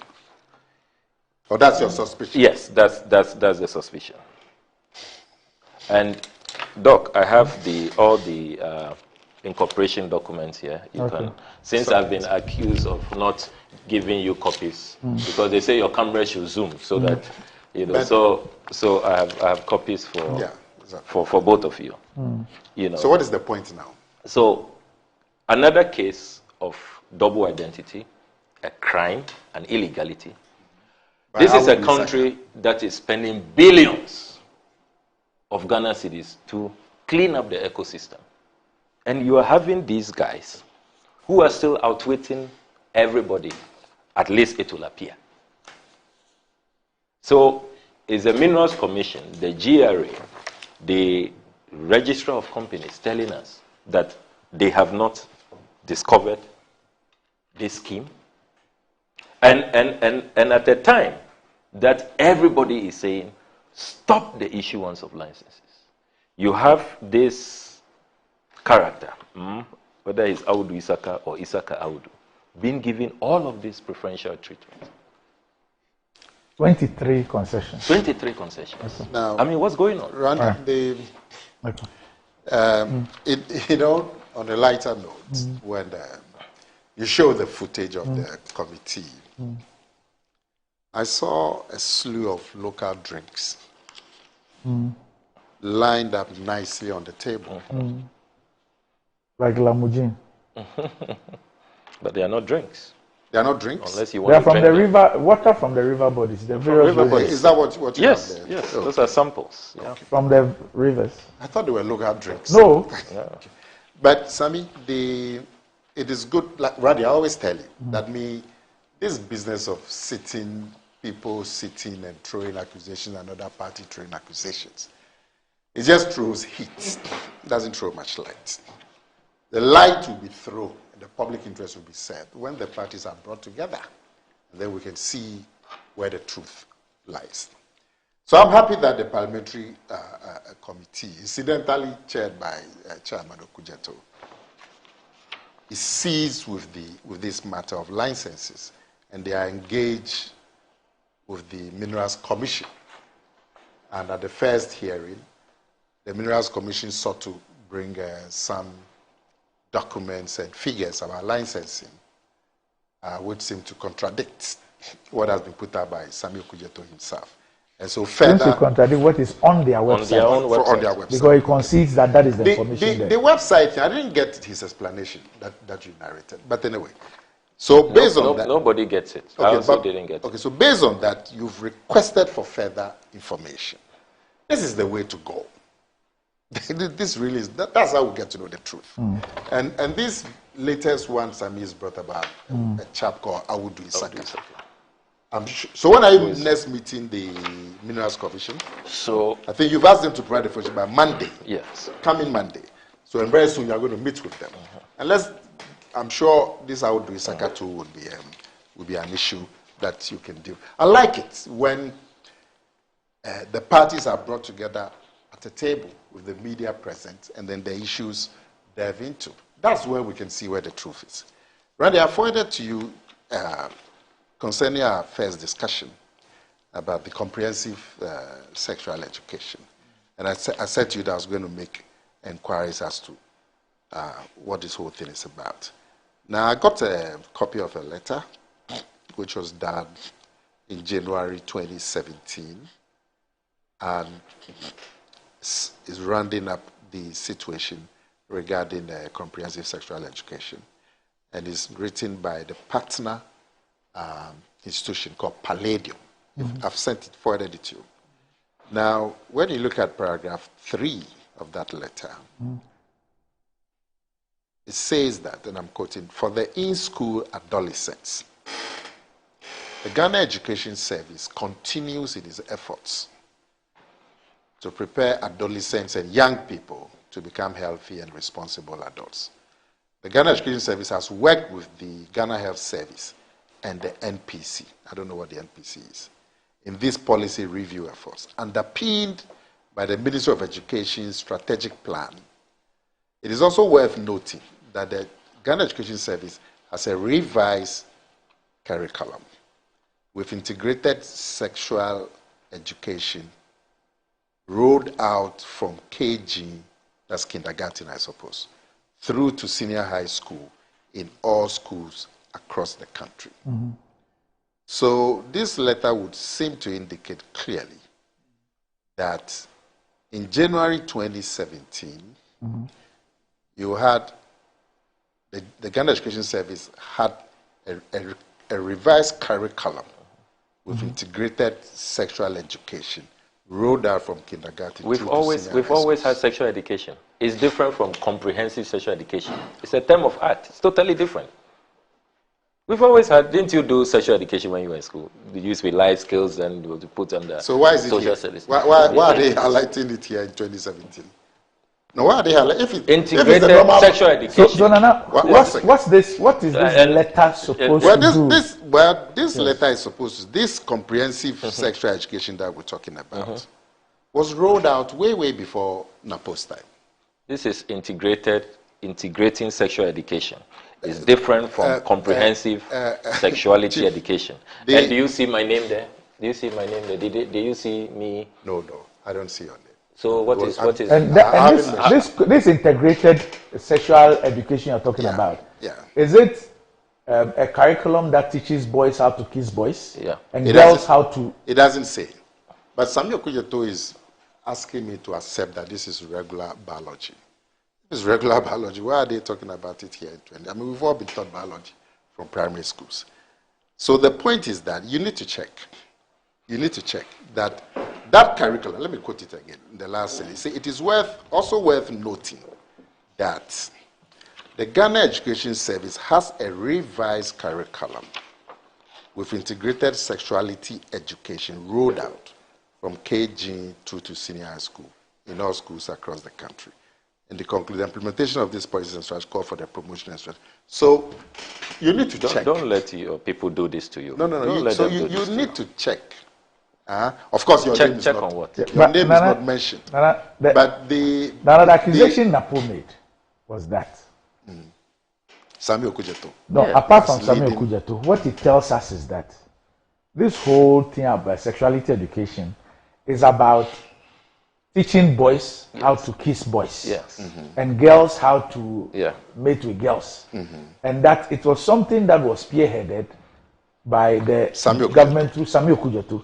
And they mobilized imams and pastors to go around the country and encourage teachers to teach that. Does this letter confirm same? This letter confirms that the comprehensive sexual education started. No, it doesn't say comprehensive sexual education.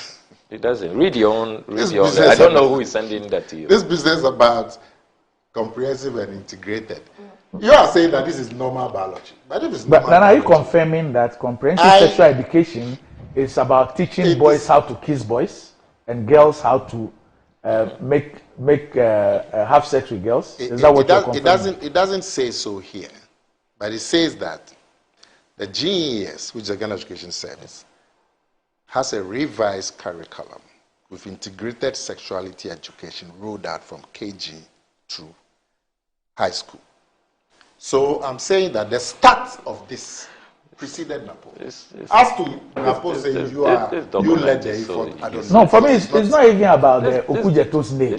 NAPO is the former Minister of Education. Yes. He's explaining whichever thing it is to mean teaching boys how to kiss boys and girls how to mate with girls. Is that what it is? Yes. Is that what kids were being taught before he became education minister? And this is your evidence. This is your basis for that vile attack. Let me read you the very next paragraph. It says that the roundtable discussions will delve into these issues to further identify and help address potential gray areas that serve as bottlenecks to the realization of the common objectives in the promotion of school health programs, including the provision of comprehensive sexuality education. So clearly, that is what they are talking about. So, as for the points Napo made about you, I don't know. You've dared him. But I'm saying that as for the start of this comprehensive sexual education, it preceded Napo. That's what this letter says. Okay. And this is a letter signed by who? It's signed by the partner, David Logan. And it is... you know of the Palladium? David Logan. No, I don't know that. You never heard of the Palladium? Anyway. David Logan, who is he? I'll forward the letter to you. He's the head of the team. So, Nana, the team doing what? Nana, are we saying that there was a curriculum to teach boys how to kiss boys and girls how to have sex with girls? The comprehensive... And it was inherited by the NPP.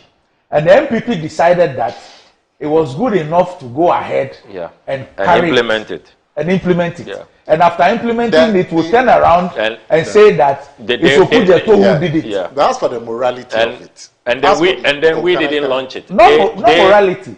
They go for international conference and announce that they are going to launch it in September of 2019. As for the morality of it, I mean, all of us have talked about the morality of it, teaching these things. But to the start of it... I'm convinced I have to take this matter further. I think my lawyers, you'll hear from my lawyers. I have to take this because your name was mentioned. But as to the start of it, this letter clearly states that this thing was in existence before Napo came. I never knew. I have never. There is no evidence. You guys will hear from the lawyers. There is no evidence in this country to show that there was any curriculum that taught boys how to kiss boys and girls how to make love with girls in the Republic of Ghana before Napo became education minister. There is no evidence of that. Okay, but we are waiting for the curriculum. Produce the curriculum. Oh, but why won't you let me speak?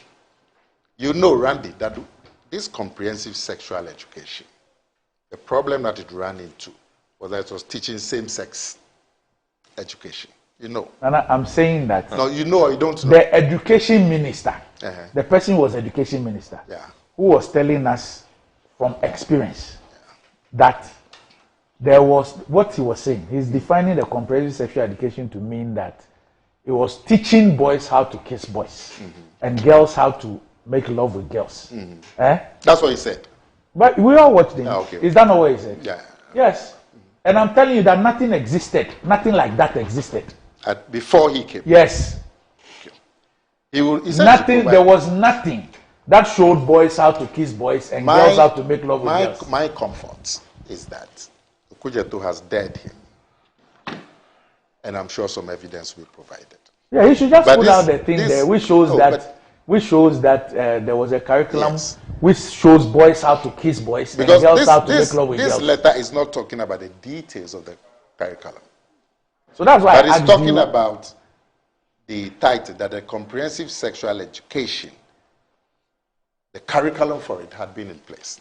That's where the details of the curriculum is not here. So I just thought I would make this point to... Because the focus of NAPO was in giving the details of the curriculum. Yes, and even linking it. Linking it to how come somebody got 110 and was cursed to do 110. Yeah. I mean, we all know. Yeah, and how I went around the country with pastors and imams. I mean, you have to... But we all know. So there were pastors and imams in Ghana who were going around at the behest of Okujetu to teach boys how to kiss boys and girls how to. We all know, Randy. I'm surprised that Nana is landing himself to this. President Mahama didn't lose the election because of some case. Tell your running mate. He's the one going around saying. We know he lost the elections because Ghanaians didn't approve of his performance. But the person you need to tell is your running mate, not me. First, I would check out the video. Yes. Whether it's doctored. You put words in my mouth that I don't like. That would be it for this morning. Up next, Metro Sports.